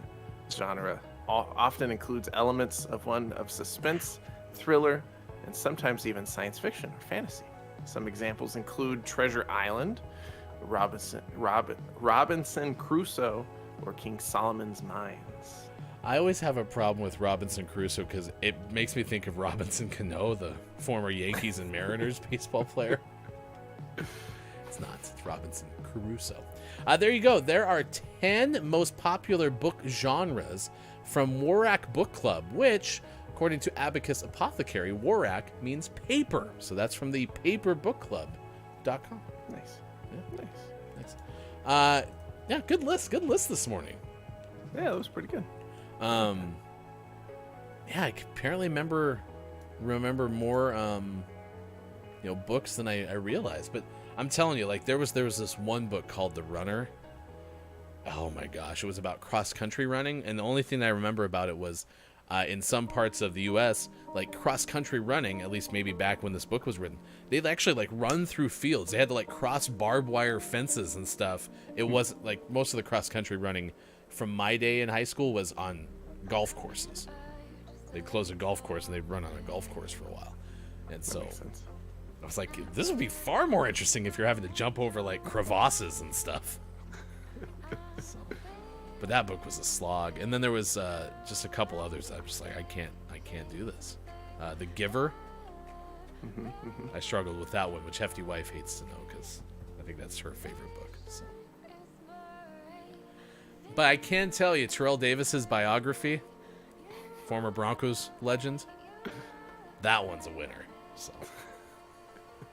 read it up. Good morning, a nice chat to Chat FM.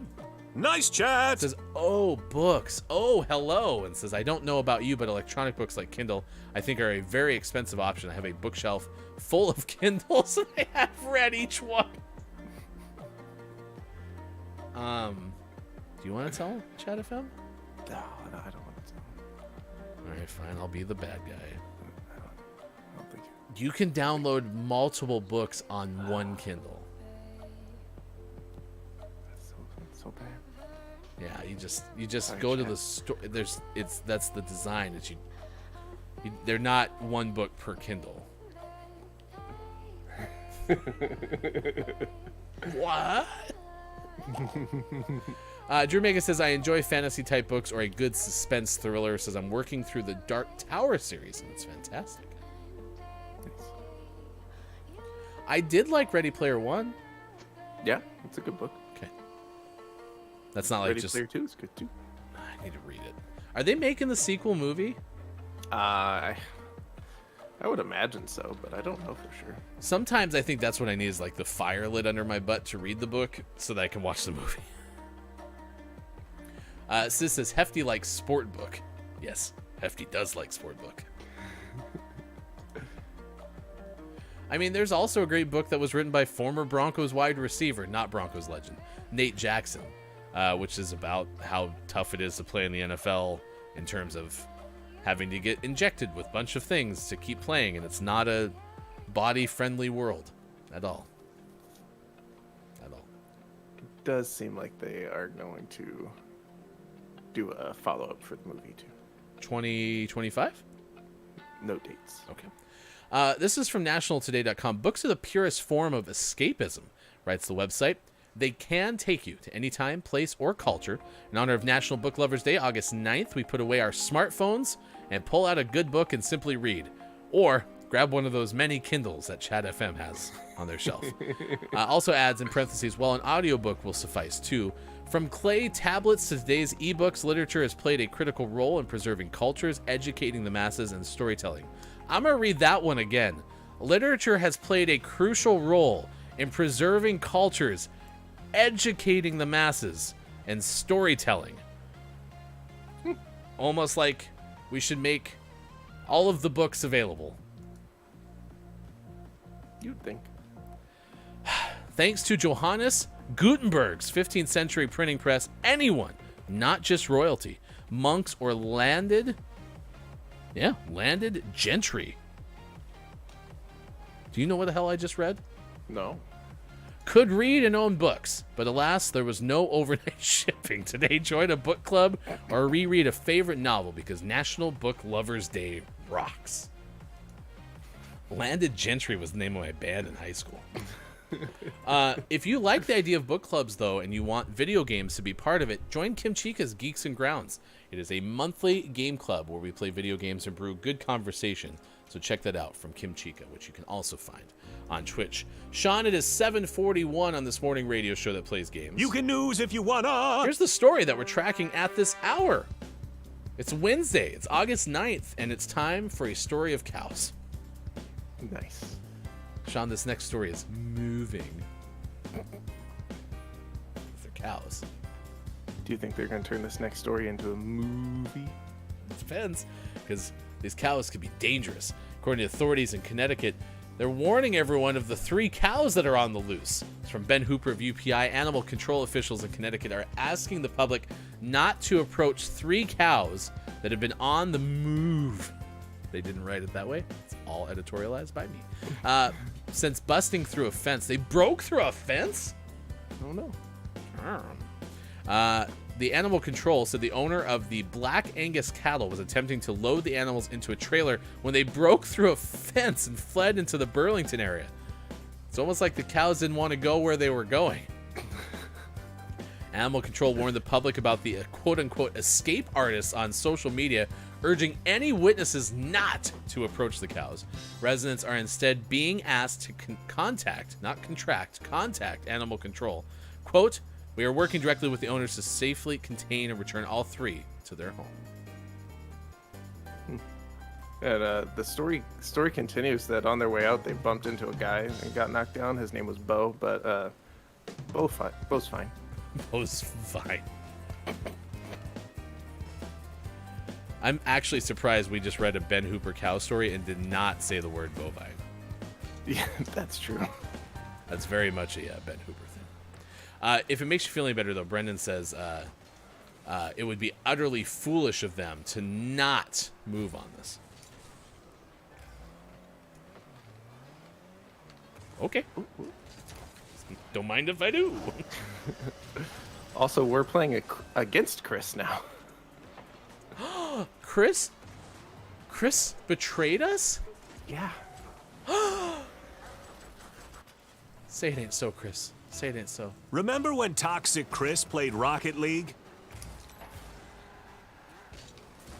Except now it's for the opponent.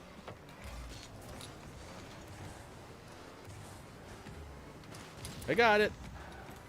Ah, yeah, Chris got blowed up.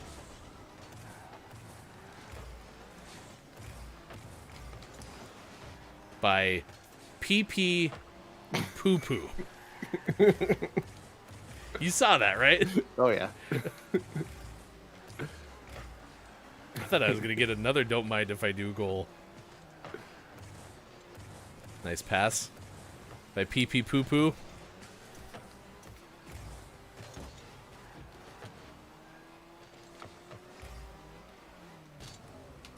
Oh, no! Oh. That was a self-set-up save. Self-set-up save. That was a triple S right there. PP Poo Poo. Working through Dark Tower series, read that. Drew Meg asked if I like sport books or sport bookie. It's probably better for Hefty to stay away from the sports betting. Not a good place for Hefty.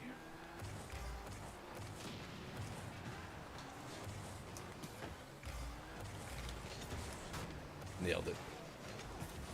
Who's gonna hit the ball? Anyone? Anyone?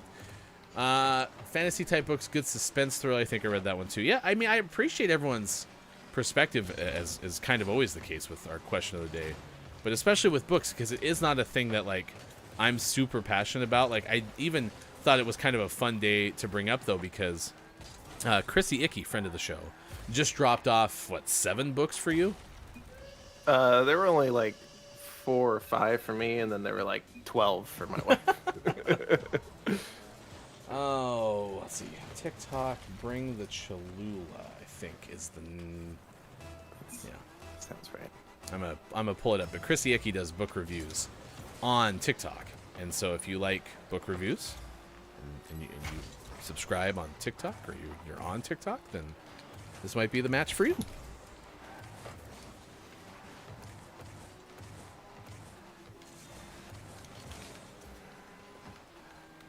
And I do think, like many things in my life, I will take something that doesn't take as much time as I think it does, but I will get it set in my mind that it takes too long of amount of time. Mm-hmm. And therefore I don't do it as much as I should. Books is probably in that category for me. Yeah. But I mean, a book is just a long movie. The equivalent too is you'd be like, oh, I haven't read that book, but I did binge these 300 volumes of this comic. I mean, the only problem I run into is like I fall asleep reading books. Right. And that doesn't do anything to, help sort out what you're trying to allude to, which is I don't watch movies, but I can watch 3 straight hours of Suits, right? Yeah.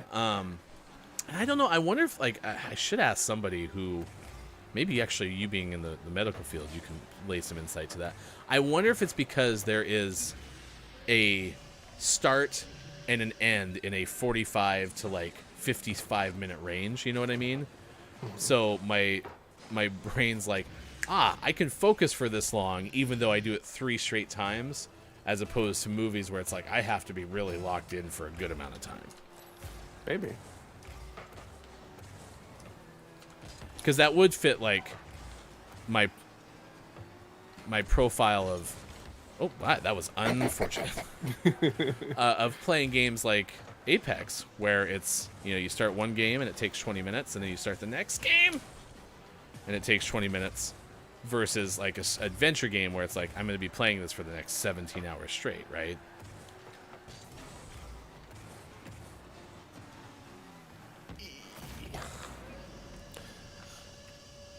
Yeah, there's probably something there about having bite-sized portions of something.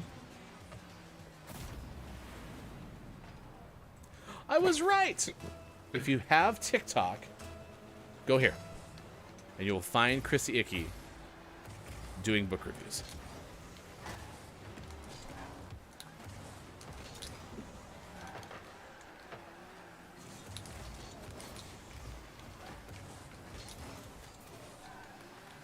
Just the first 5 pages, the last 5 books are quicker than, says Chat FM.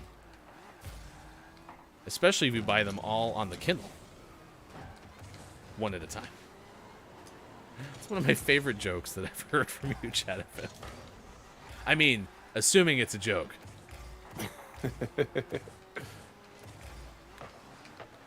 The good news, though, is now that you know, you can do some selling of the books. Or the Kindles, rather.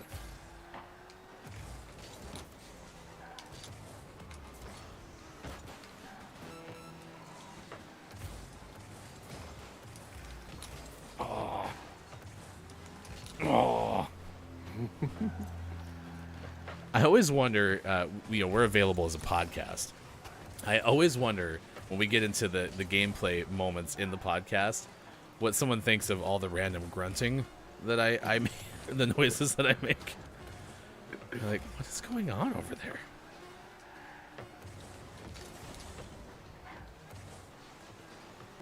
Okay. All right. Overtime. And then sports. Sports.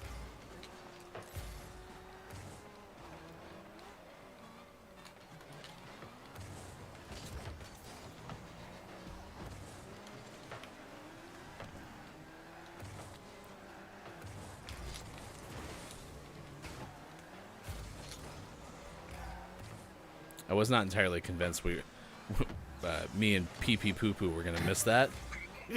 And then you kind of flew at us, almost like thinking the same thing. Had your back. Pee pee poo poo. Oh, nice.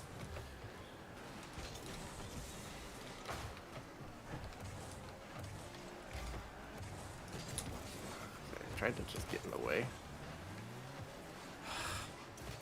I was so patient there to like just gently try to nudge it forward, but it wasn't enough. Come on, get that pee pee poo poo! Go pee pee poo poo.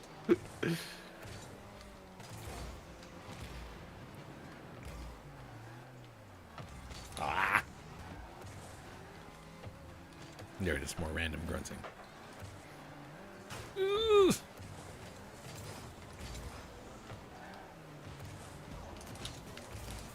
Oh!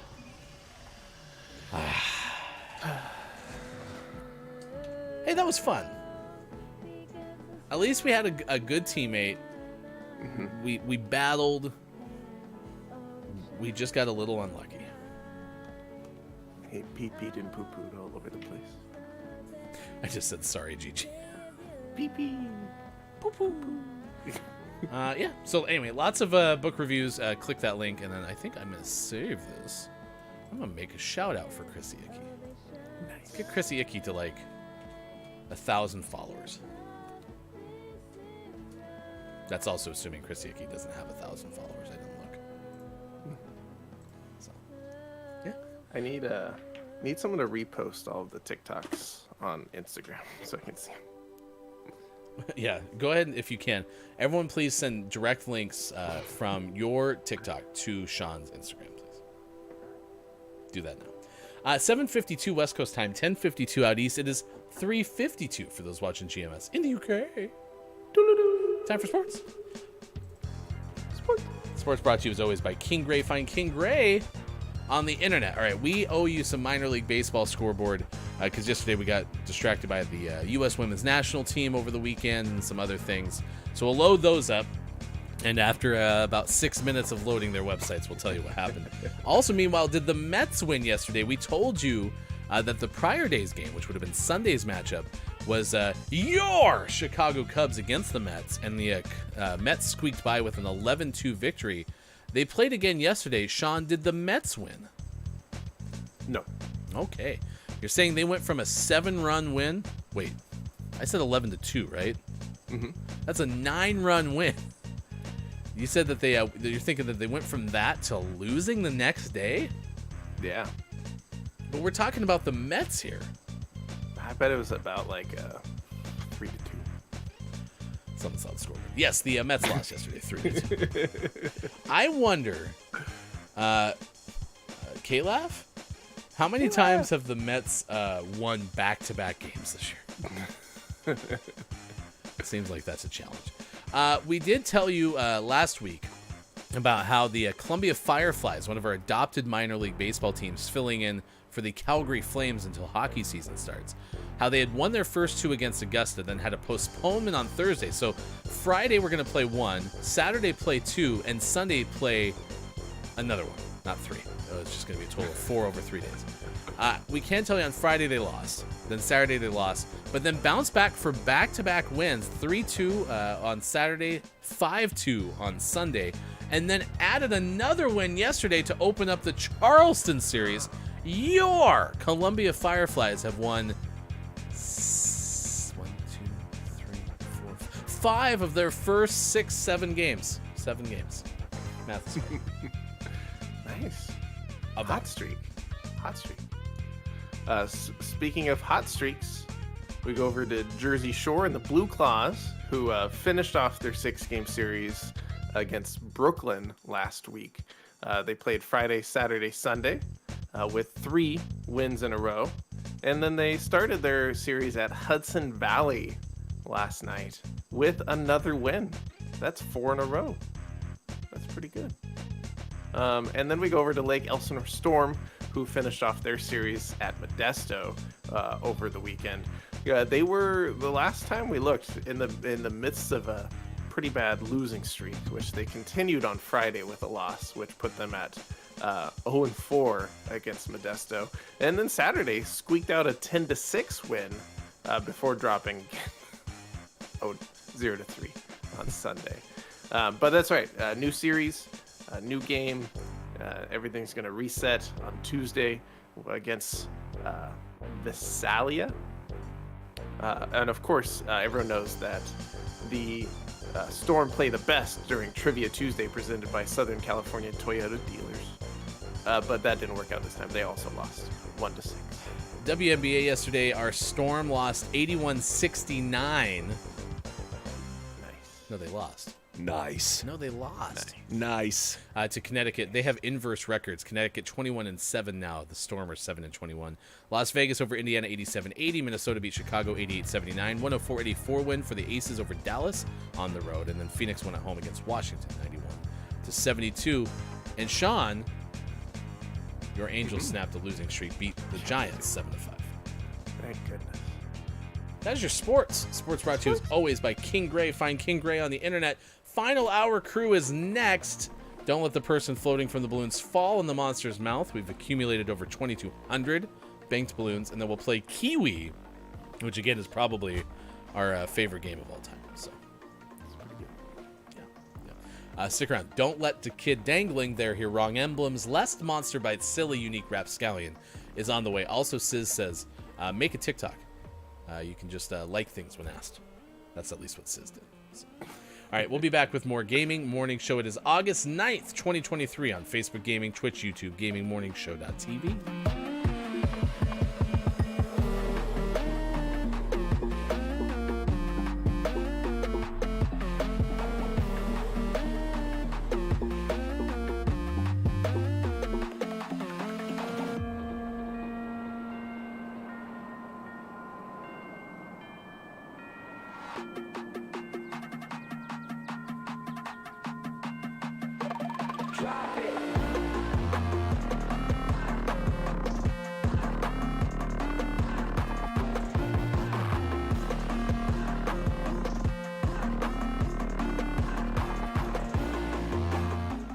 Message from Gaming Morning Show. Hi, I'm Ryan from Gaming Morning Show. On behalf of everybody at GMS, a big thank you to you and everyone who's spent time with us this year. Hi, I'm Sean from Gaming Morning Show, Morning Gaming News Division, and I'm here to thank you for all the time you've shared with us. Whether it's sharing with us what you do on your stream, introducing us to other streamers, or heck, joining us in chat, or even guest hosting. Oh. Wow, kind of forgot that there's just pretty much the two of us, so probably not big enough staff-wise for one of these big corporate thank you videos.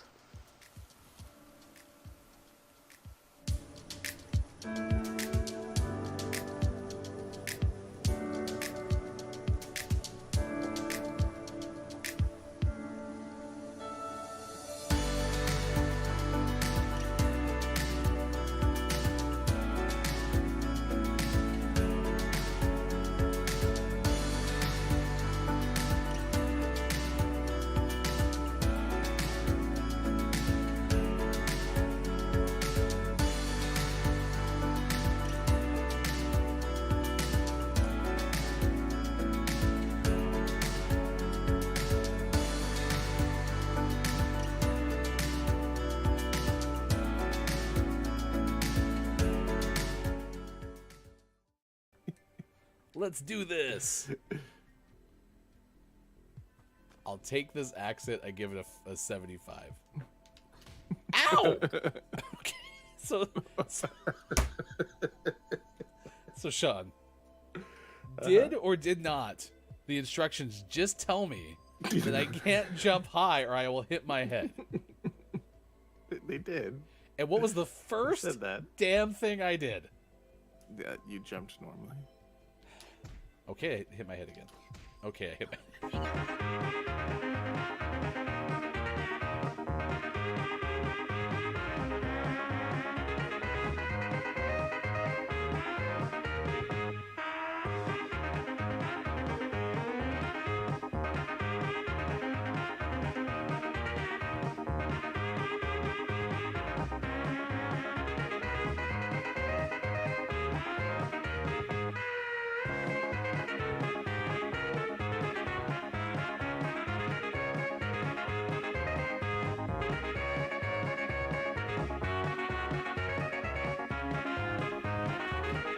Is this what it feels like to play Celeste?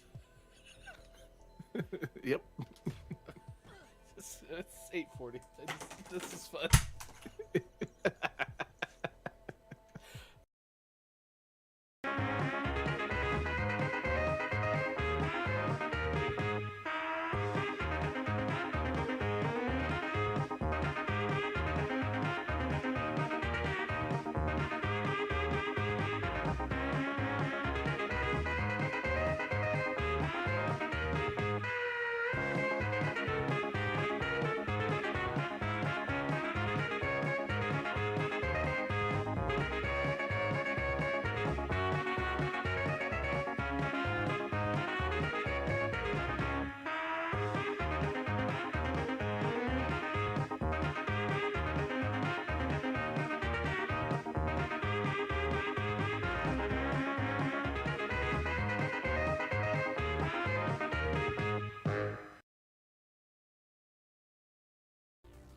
Audience. C. Let's guess from Unknown Story. No. A T from Quiet. T. No. So CT didn't work. How about Scan? Thank you, Grave, for sharing a birthday.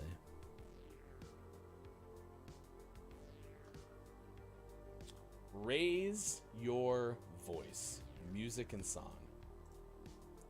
Hefty goof is kind of cracked. Cracked. Right now the screen says raise your ass.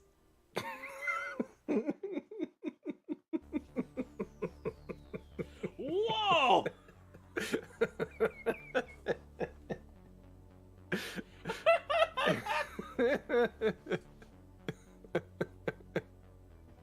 And you can find Quiet sometimes at twitch.tv/QuietIamGaming. Quiet has also been a Rocket League mentor of mine. So every single cracked play that you see me making on Rocket League, please attribute to Quiet I Am Gaming. Nice. To Quiet I Am Gaming, it's your birthday song. It isn't very long. Doot, doot. What just happened? I usually clap during the song, right? Did your claps lag?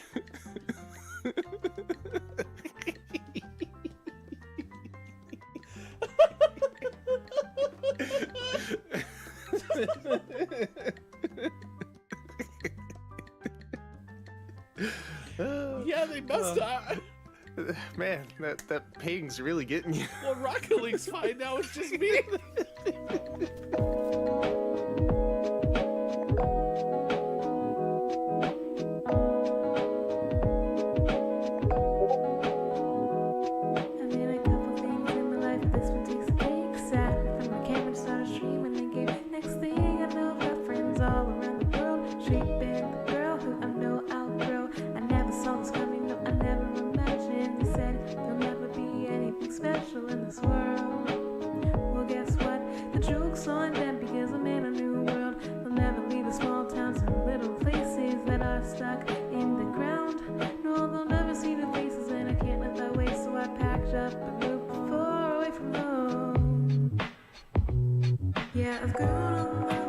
Coming up on Gaming Morning Show, don't let the person floating from the balloons fall in the monster's mouth. And GMS, Morning Gaming Renews. Get ready for your takeaways that were pretty okay.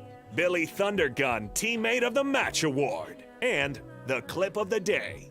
It's all coming up on Gaming Morning Show.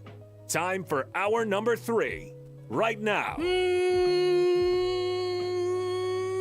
Morning, gamer. Welcome back. Gaming Morning Show continues. Thank you so much for making us part of your day. It is August 9th, 2023. And as I mentioned, this is Gaming Morning Show.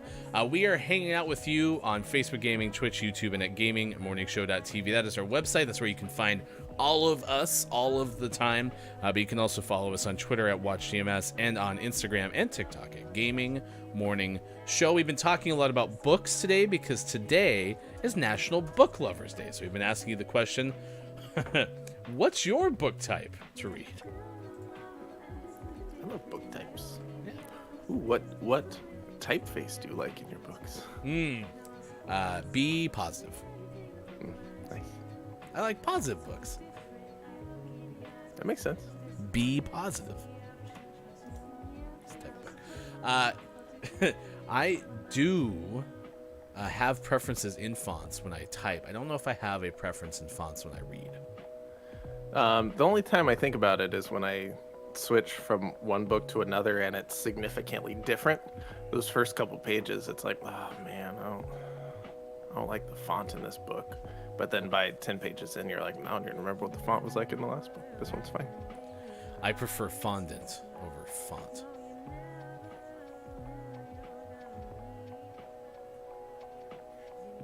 Hello to the Final Hour crew. Get back in here and say hi to the Final Hour. That was a fine joke.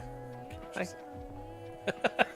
Businesses is here. Chat FM, it's great to see you. Ambassador of the Final Hour crew. Hey, it's Brendan is here as well. Brendan's streaming a lot more nowadays, so if you would like to find Brendan doing said streaming, you can on Twitch. Drew Mega with us as well. Abacus Apothecary, big assist today. Could be eligible for Billy Thundergun Teammate of the Match Award coming up in the end of this hour. Helped us out with Dreamcast. Yesterday's Billy Thundergun winner, Gabe Pride, has popped in as well. We talked a lot about different wins from Gabe Pride, including being up late reading and getting in trouble back in the day.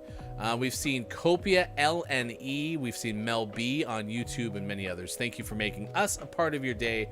Also, we have a count of 4 for Element of One references during the course of just reading different things today. The word element has come up a lot today. A lot. Yeah. All right, let's get ready for some Don't Let the Person Floating from the Balloons Fall in the Monster's Mouth. To see the record for the most balloons banked in Don't Let the Person Floating from the Balloons Fall in the Monster's Mouth, remember to type the easy-to-remember acronym, ! DLTPFFTBFITMMREC. Yeah, look at that. We have nature as your category. 2,207 banked balloons. As we say, happy FHC to Pickle Feet, who's here as well. Hello, FHC. Pickle says, I like those books where you cross your eyes looking at the pattern and everyone pretends they see something. Weren't those called Magic Eye books? Yeah. Yeah, I liked those. I tried recently, this was like maybe a month or two ago. We tried taking one of those and putting it on our TV. We have it's called the frame, so it has artwork up on it when the TV's off. And we tried to set that as a Magic Eye painting. It didn't work as well. Everyone just got sporadic headaches. It was really bizarre. Welcome back, Mel B on YouTube. I knew it was about time for the game. It is. Guess letters, or if you would like. Now that's a big swing. Like Italy from Pickle Feet. So we guess the T from that. T, yes. We also have a guess of rainforest trees. Now that's a big swing. It did not end up being rainforest trees. Also, that sounds like forest trees. Not forest, but forest trees. Now that's a big swing. Show me mountain stuff. Oh, yes. Show me mountain Italy. It definitely could have been Italy. Yesterday we had places, and we almost lost our streak because places was London Eye. We didn't like that one. Terrible. Al, correct. We have Storm from Drew Mega. R, cha-ching. Electrical storm? Show me. Now that's a big swing. Electrical Storm. Sports Doc Gaming is. Correct. That's a perfect open up our Wednesday edition of this game. Make it 7 more banked balloons and 2,214. If you are joining us for the first time, potentially, just know that this is also our all-time record for the entire game. No one's ever had this many balloons. Officially, probably. So, we've checked in with some of the best people. It's Copia.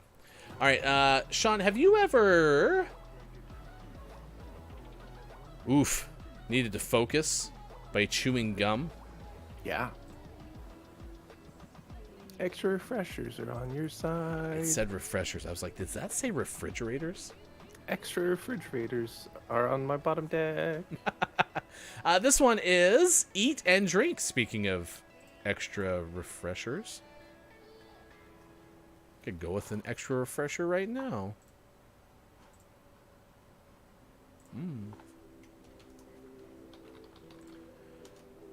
Hey, Sean.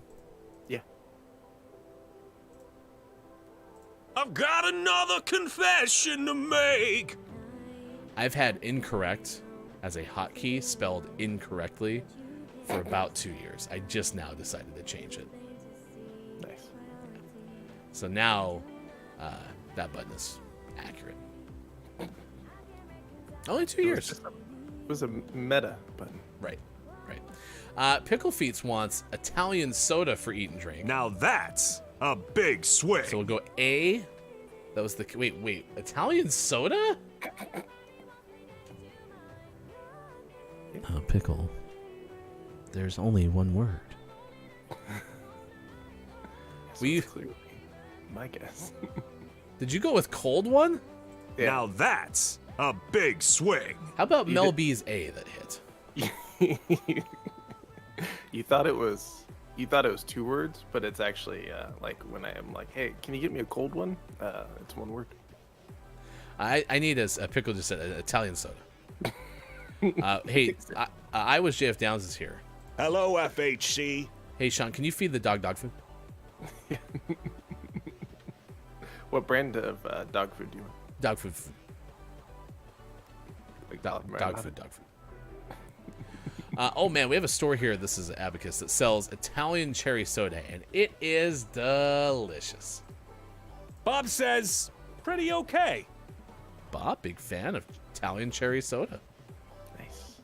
Do like a good Italian soda. Y-U-M exclamation point. We have an E from Mel B, and we have an S from Abacus. E, yes. S, no. Oh, bummer. That means Downs isn't right. You mean re-steak? Now that's a big swing. It's like a milkshake, but different. or is a resteak when you've used most of the steak, and so you end up making it a milkshake. Gross. Oh, I know what the puzzle is. It's a shallot. That's how you spell shallot, right? Shelat. Shallot. Now that's a big swing. Show me meatball. Al, no. Ooh. I'm gonna guess T. T, no. Okay, it's not going well. Jeez. Eat and drink. It's quiet here. H, Spaghetti. All right, we have 3 balloons left and not a consonant on the board. Yeah, that might be a problem.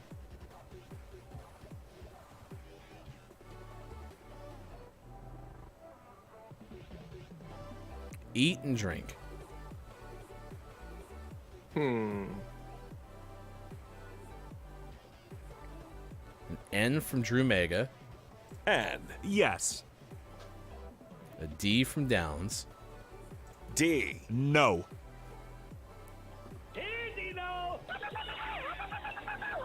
All right, 2 balloons. Now we gotta start talking about it. I could have seen that ending in D, to be honest. Hmm. And Y, it could end in Y.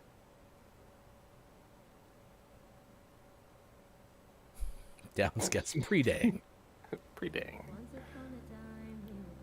Can't be Tang, could be Rang. Eat and drink.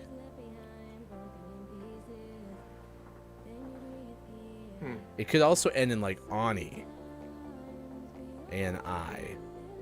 Like some sort of like pasta type.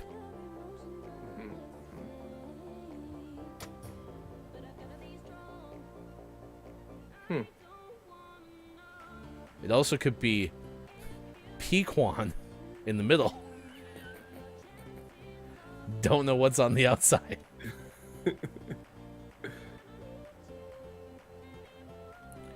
Also could be vegan with things on the outside. All right, we have a guess of P from L&E. I want to wait to see. We have to talk about it when we're down to 2 balloons.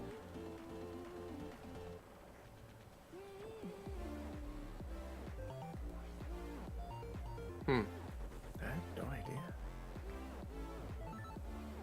I don't feel great about the P, but I don't feel great about any letter, so. Could be an O on the end. Oregano? O-R-E-G-A-N-O? Could be oregano. Am I spelling? Could someone do a spell check on oregano? Oh, wait, I can just say it in the microphone. Oregano. O-R-E-G-A-N-O. I bet it's oregano. I bet so. Let's do the R. R. O. G. Correct. I liked that P guess. I couldn't place it. Whew. Good thing that wasn't sweaty. That would have been a shame. Nightbot come back. Nightbot's been struggling today. Why is that? I don't know. Both the website is having issues. I've had to reload it multiple times, but let's see if it's doing the same thing. Here, I'll put the command in chat. And it is very slow. You can do it, Nightbot. I believe in you. Nightbot. You got this. Nightbot. Yay! Woo! Good job. See, it's just real slow. 2,216 banked balloons, believe it or not. 2,216.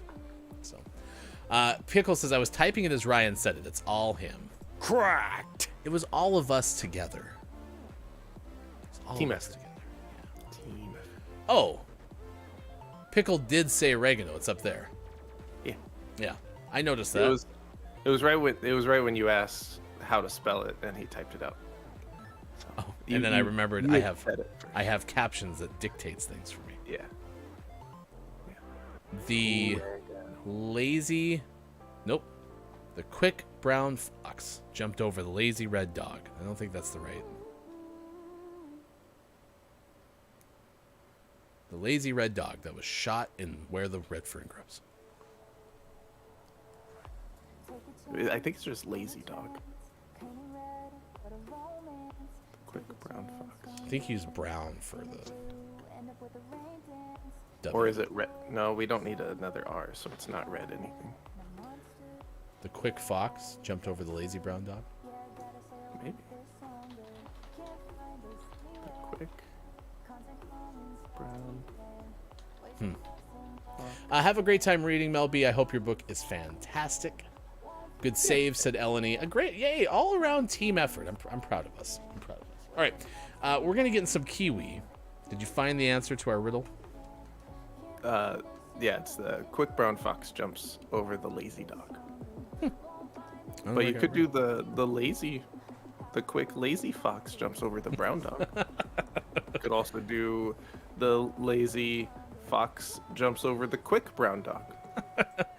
When we played Kiwi last, we discovered that we can get costumes. Yeah. Like we have a wardrobe, and this has made this game even more better. Yeah. It's great.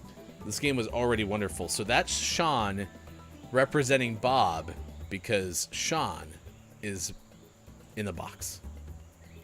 I'm in Bob's box. Could someone crack the window, please? Oh, can you rotate, or is there any way for me to see you? No, I don't think so. We'll wait till we get in the game. So A new box would be pretty okay. we're going to start with bobbing for boxes. The basement is flooding. Dive in and help Zoe get the mail to high ground.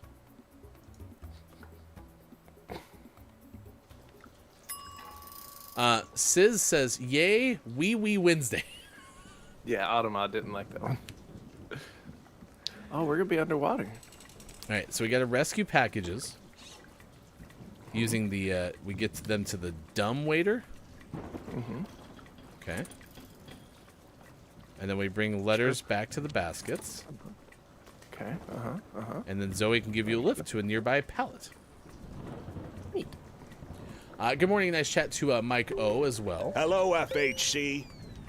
All right, so I'm the one with the recording device on the back. Okay, this goes up to this basket.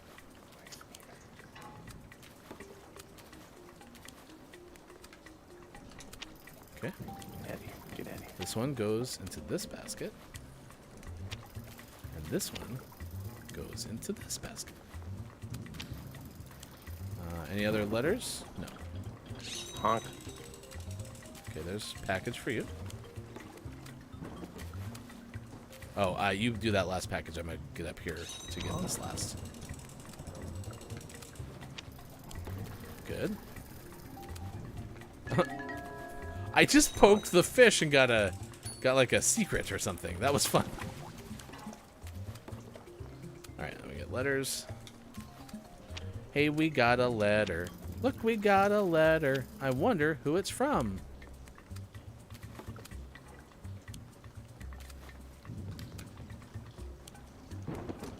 Uh-oh. Oh, Put it. Nice. All right. Any other letters? Looks like Zoe's trying to prompt me for something, and then just set me down. You lied to me. honk. Okay, this is a package right here. This is a package? Yeah. Or is it? Make sure it's not just this letter over here. Oh, so all of these have triangles on them. I'm sorry. I thought that was a clue. All right, thank you. Sean was right. Thank you for the R. Look, it's Michael.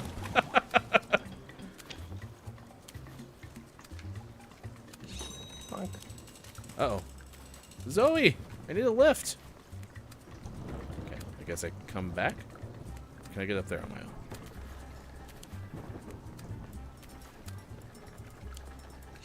Oh, I can get up there on my own. And now she comes. Yeah. Where were you a second ago? I'm gonna go poke this fish. Letter. There's one. The letters really are just strewn about, aren't they? Mm-hmm. Over here. Good thing I have my life preserver on. Right? Good thing my life preserver fits over my box. That's not a costume choice.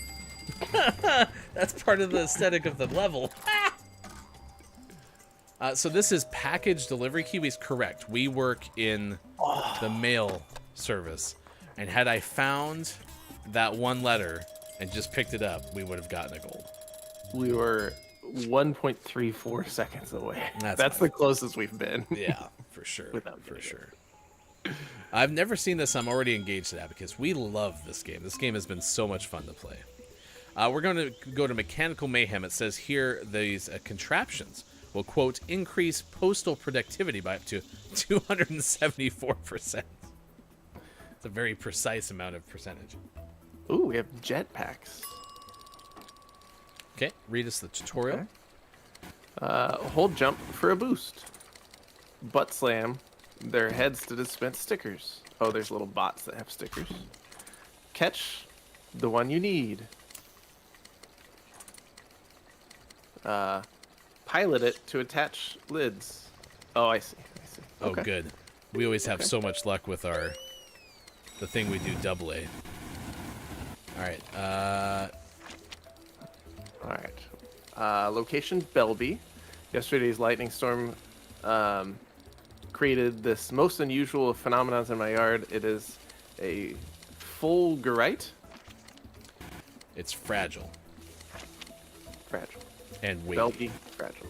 Belby's 4162. Got 4162. Oh yeah, I forgot. I got a jetpack. It's urgent. I got heavy. Perishable. There's fragile. Where's the lid? There it is. I'm sure the part that we'll get through the easiest is this hovercraft thing. Yeah, that'll be a piece of cake.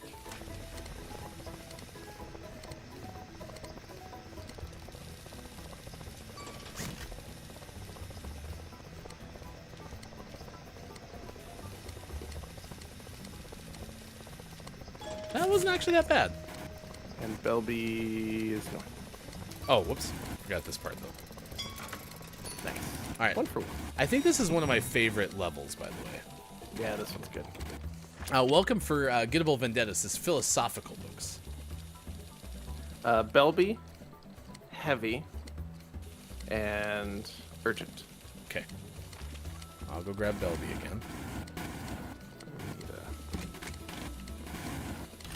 I guess I'll get this Belby. Why am I under there? Okay, got Belby. And Which one's that? Here. Urgent? I got heavy. Okay, I got heavy. Nope, that's perishable. There's urgent. I like how it spits them on both ends. Oh, you already had heavy. Okay, perfect. Yeah. Thanks for telling me that, because you definitely did. And I just didn't listen.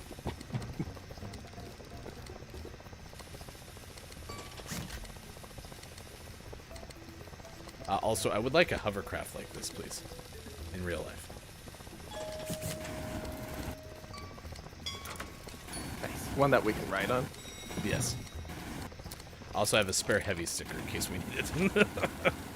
We're going to Gumtree Grove. Okay. Rush order, so it's urgent.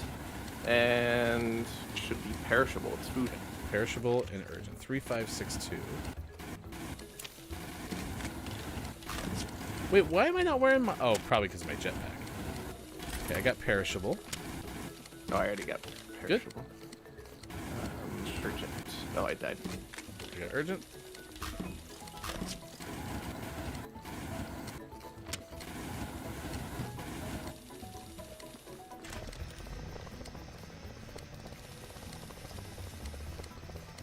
Fugarite is a special stone crystal made from lightning strikes. It's lightning strikes! And where are we going? North. North.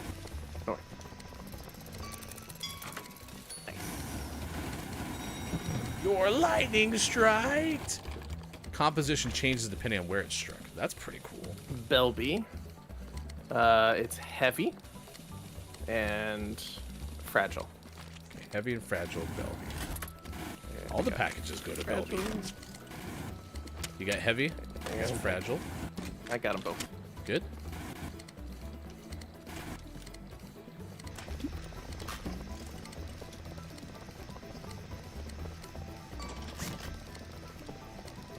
I like how you just scratched yourself.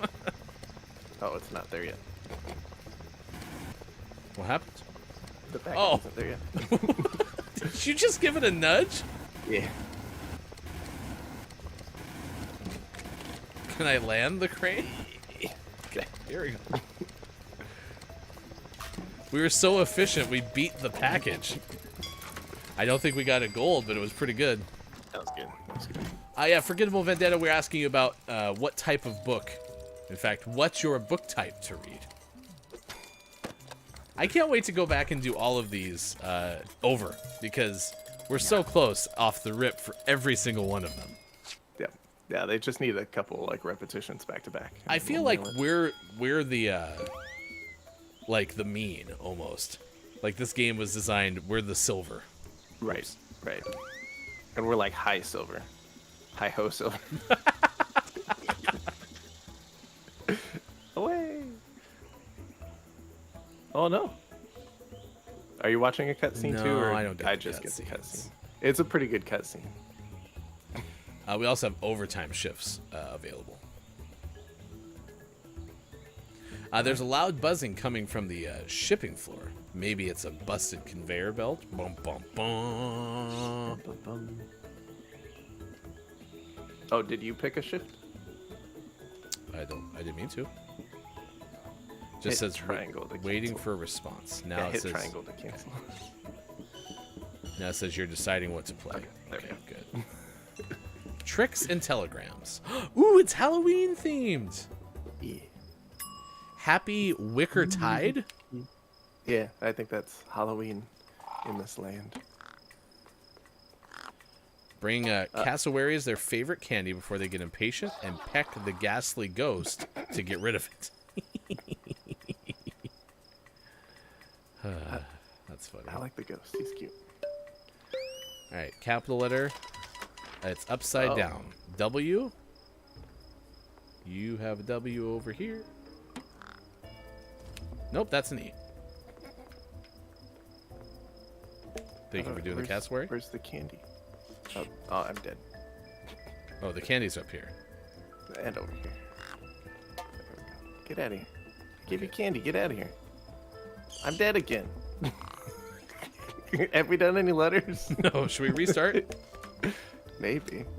Let's restart. Wait. Hold on. I need to figure out what I'm doing. Oh, wrong. you need to put the he wants candy that corn. specific Yeah. candy. Okay. Got it. Restart. Yep. Don't get spooked. Do over. Yeah, that ghost reminds. It's giving me Oogie Boogie vibes for sure. Yeah. All right, let's get the first letter and then we can go from there. S. Caps. You have the S. You have the S. You have the S. S. C. C. A. Okay, I'll get his candy corn. Okay. So it A. doesn't R. type any. There Can we you go. get the All A right. down there right below you? Oh, and the R moved. Of course, it moved. I got Down there. E. I got E. S. I'm gonna get a lolly. Oh, it's not S. It's B. Nope. It's a D. E. I'm scared. D. Ah! Get out of here, you. Of. O It's up is top. up top. F. Okay, I'm gonna you get got the candy. I'm gonna do the. You're gonna do the what? You and the T's way over here. I got H. You got E. E. Dark. Dark. I got the A. You get the candy. Oh, I thought you had the D. Never mind. I got the D. You get the A. I got the R. And K. I got K. oh, I don't get the candy. No! Pick up the candy. Hit the K, Hefty. I like the 1, 2, castle. 3. I like the castle. Oh no! Get out of here! You're spooky. I. Got the capital. All right, I got this candy too. Okay, I'll send that. Think. I got T. H. I got I. I got N. And I'll get K. Okay. I. Capital again though. I got the I. Okay, I got capital. I'll get the candy corn. Perfect. I'll send that. I got W. Uh-oh. Saw. Nope. Saw. S. I got A. And then I got W. A. I got A again. Ah! That actually did kind of spook me. Ghost. G. H. O. S. S. T. We got a gummy worm. 1, 2, 3. I like the music. Stop. Capital. S. T. I got R. That doesn't matter. I got P. Where did I blast by the O? The O's up in the top corner. No! I think it just moved. Yeah, I think so. Stob. Sending. S. E. I got N. D. I got the candy. I. N. Blah, blah, blah, blah. Get out of here, ghost. Clowns. Oh, gross. C. L. O. W. I guess. N. S. S is up here as well. I got a lollipop as well. Ah, I got a Z. Alright, 1, 2, 3. That Nice. might be a goal. That feels goldish. Oh, it felt pretty good.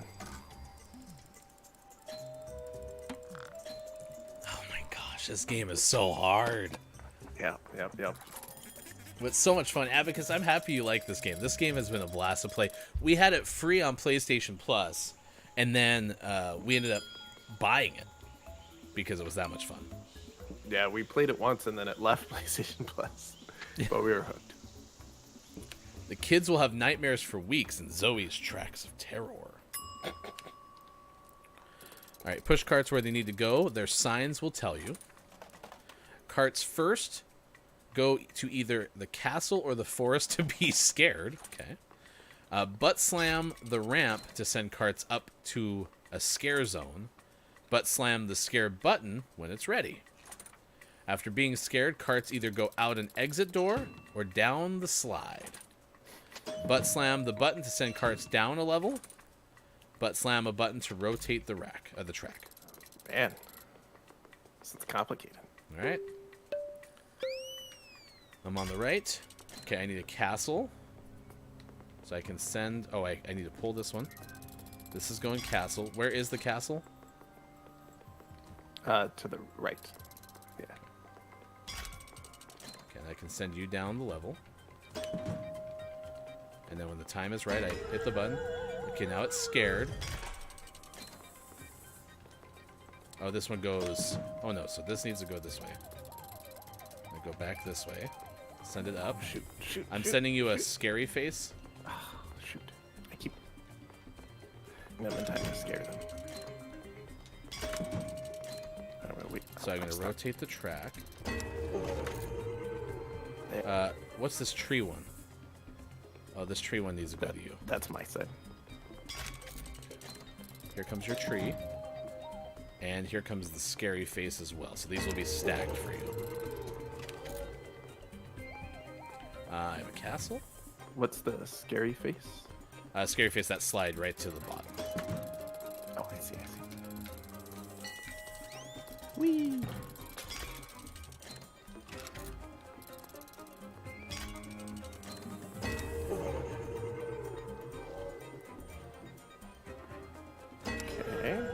Okay, scary face coming your way. And I have a pumpkin coming your way. Okay, got it. Okay. Oh, I need to pull. And then I have a 4 coming your way. Okay.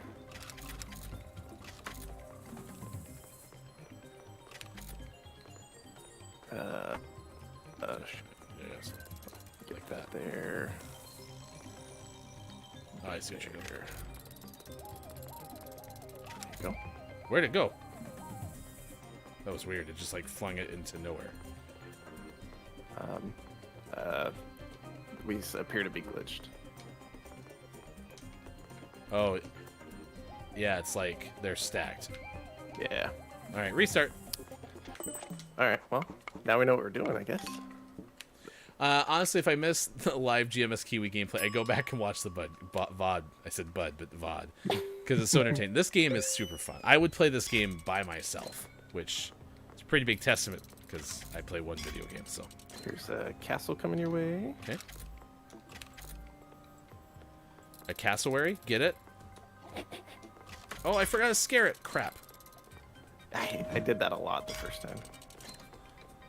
I got a tree coming your way in a second, but I gotta make sure I scare the... Okay. And I have a castle coming your way again. There's a castle. And then I have a pumpkin to come your way. Going here. I died. Spooky. Okay, that didn't work the way I wanted it to.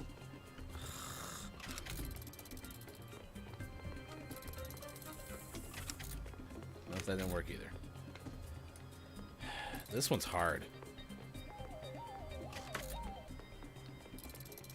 Okay, you got that? Yeah. Okay, so I got a 1 stacked.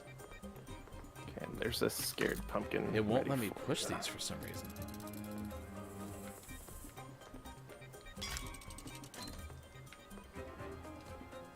Uh-oh. Maybe I have too many up there. Yeah, I bet there's too many up there. Thank you. Yeah. Okay. Oh, I died again. Gotta scare this one. Okay. Send this one down. Send this one up. At least finally get one out of here.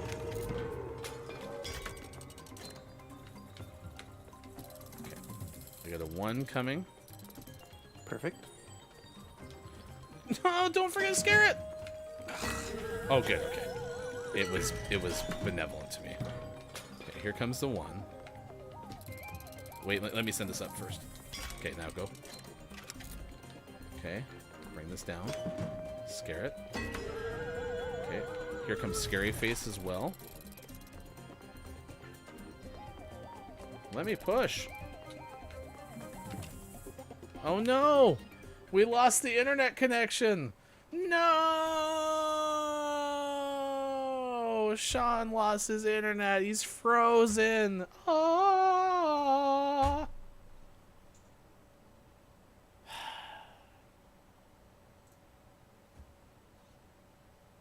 We're so close. We're so close.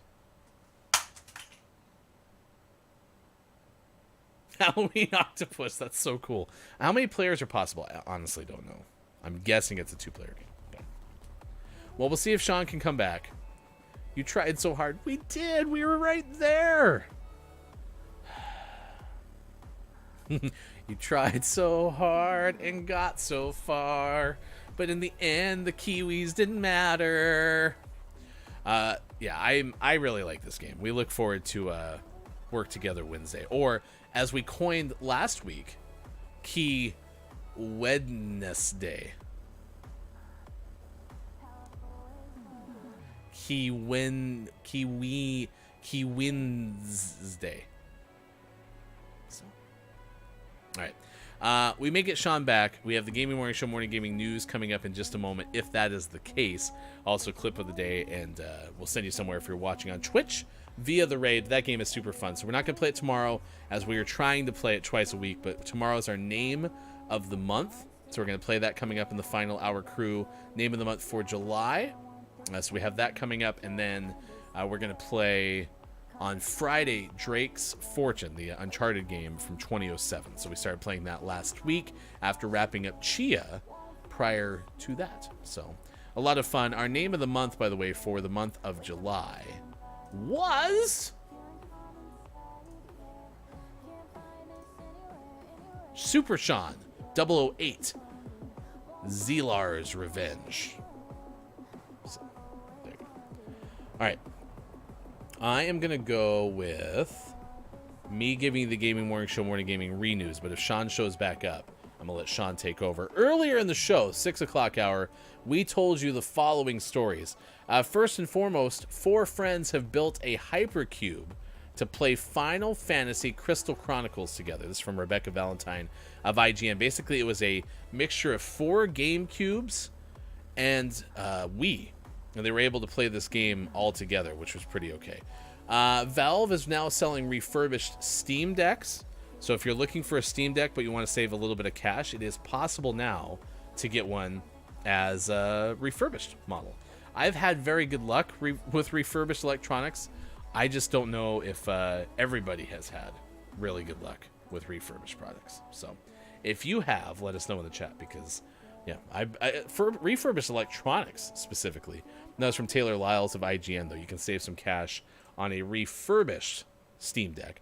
And then PlayStation 5 is also getting a discount, according to Alice Newcomb Bell of Polygon, that the PlayStation 5 is $50 off at multiple retailers. And I found out today that even on Amazon, you can also trade in your PlayStation 4. So there's some of the things that maybe you didn't know that you do now know because of the Gaming Morning Show Morning Gaming Renews. Out today, 30XX for Switch, Atlas Fallen for PlayStation 5 and Xbox Series X, Legend Bowl for PlayStation 5 and Switch, and our name of the morning, Fluffy Milo for the PlayStation and the Switch. It is now possible for our name of the month when it comes to the month of August. Pickle Feet says 4 GameCubes and a weed? Kind of. Go lick a tree. 4 GameCubes and a tree. You know, the new touch grass. Definitely not a Wii U, though. We don't talk about Wii U. All right, what are your takeaways that were pretty okay? What is something you learned from today's show? Please let us know right now in the chat. And then if you're watching on Twitch, we are going to send you somewhere. If you're said on Twitch, we're going to send you via the raid. So stick around for that and get ready to say good morning from GMS for me. Billy Thundergun team into the match. I kind of think it was a no-brainer. Abacus Apothecary, almost a wire-to-wire appearance. Still a ways to go until you reach the 999 plus messages club on Twitch. But we got into this day in gaming history and learned that in 1999, Dreamcast, Sega, spent $100 million marketing the Dreamcast, which is the equivalent of about $170-some million today. And Abacus says, what topic I know way too much about. Know lots about the Dreamcast. We learned that Sega also helped make the Xbox controller, that the Dreamcast had 2 64-bit processors. It was built using an arcade system's hardware, but unfortunately, it was also built on Windows OS, and it got hacked very quickly, which is part of the reason that it didn't work out. So, to you, Abacus, Billy Thundergun, Teammate of the Match Award. you are today's Billy Thundergun Teammate of the Match Award winner. Congratulations. Don't spend it all in one place. Nice work. Thank you for the assist. It's time for the clip of the day. The clip of the day. Hey, look! It's the clip of the day. Toot toot. To be desired. Not as bad as the Xbox controller. It was almost like Microsoft looked at the Dreamcast controller and said, oh, that's the design. Let's make it as huge as possible. Right. And then Sony came with We can go bigger. the best controller design ever made. That's true. This thing is great. They did actually. Sega helped make the Xbox controller. Makes sense. According to Abacus. That makes more sense than I've ever sensed before. It's just almost like a 7th sense. That makes so much sense. So, you know, taste, sight, smell, touch. The other one, seeing dead people, and then Sega making Xbox controllers. There you go. Apparently, one of the senses, Sega making Xbox controllers, is something that we learned today. All right, what are your takeaways that are pretty okay? And then if you're watching on Twitch, we are going to send it over to Smolecule. Former guest of the show, played 5 Questions GMS with us. We actually didn't clip a whole lot from today's show, so we don't have a whole lot of moments from today to share with you. So we're just going to send you straight over there at the conclusion of today's show, if you'd be so kind as to say good morning from GMS. Brendan says, have an excellent day, y'all. Thanks for the show. Yes, and please check out Brendan as well, who is likely streaming more often than not, and so it's definitely worth stopping by. There's been a lot of games, including A Little to the Left, which is what Smolecule is playing today. She, they, demigirl, queer Filipinx American living with mental illness and social anxiety, who plays indie games, attempts voiceovers, and is here to gather a cozy and safe community for giggles and real talk. Get comfy and make yourself at home. So if you'd be so kind as to say good morning from GMS. Thank you, Gabe Pride, for being here. Takeaways that were pretty okay. Pickle Feets says, wow, Bob, rude. Bob was kind of rude. You're welcome. Okay, Bob doesn't care. My takeaway is that Bob is also doing something with GMS. I can't remember what it was at this point. Bob is good with it. I honestly can't remember, but Bob has a new role that we didn't realize, but we'll figure it out. I've got another confession to make. Watch the first hour. My short-term memory sucks. Sis said, I watch Kiwi gameplay on the VOD if I'm not here. Forgettable Vendettas popped in, said philosophical. Erotica from Look It's My Go. I really appreciate everyone who answered today's topic of the day. So if you'd be so kind as to say good morning from GMS, as we send you over to Smolecule, I'll appreciate it very much. Suck my toes, Bob, says Pickle Feets. What do you say in response to that, Bob? Go lick a tree. All right, there you go. Mature audiences, as we send you over there from this PG-13 stream. For everyone who made it possible, I'm Hefty Goof. Have a great rest of your day. This has been Gaming Morning Show.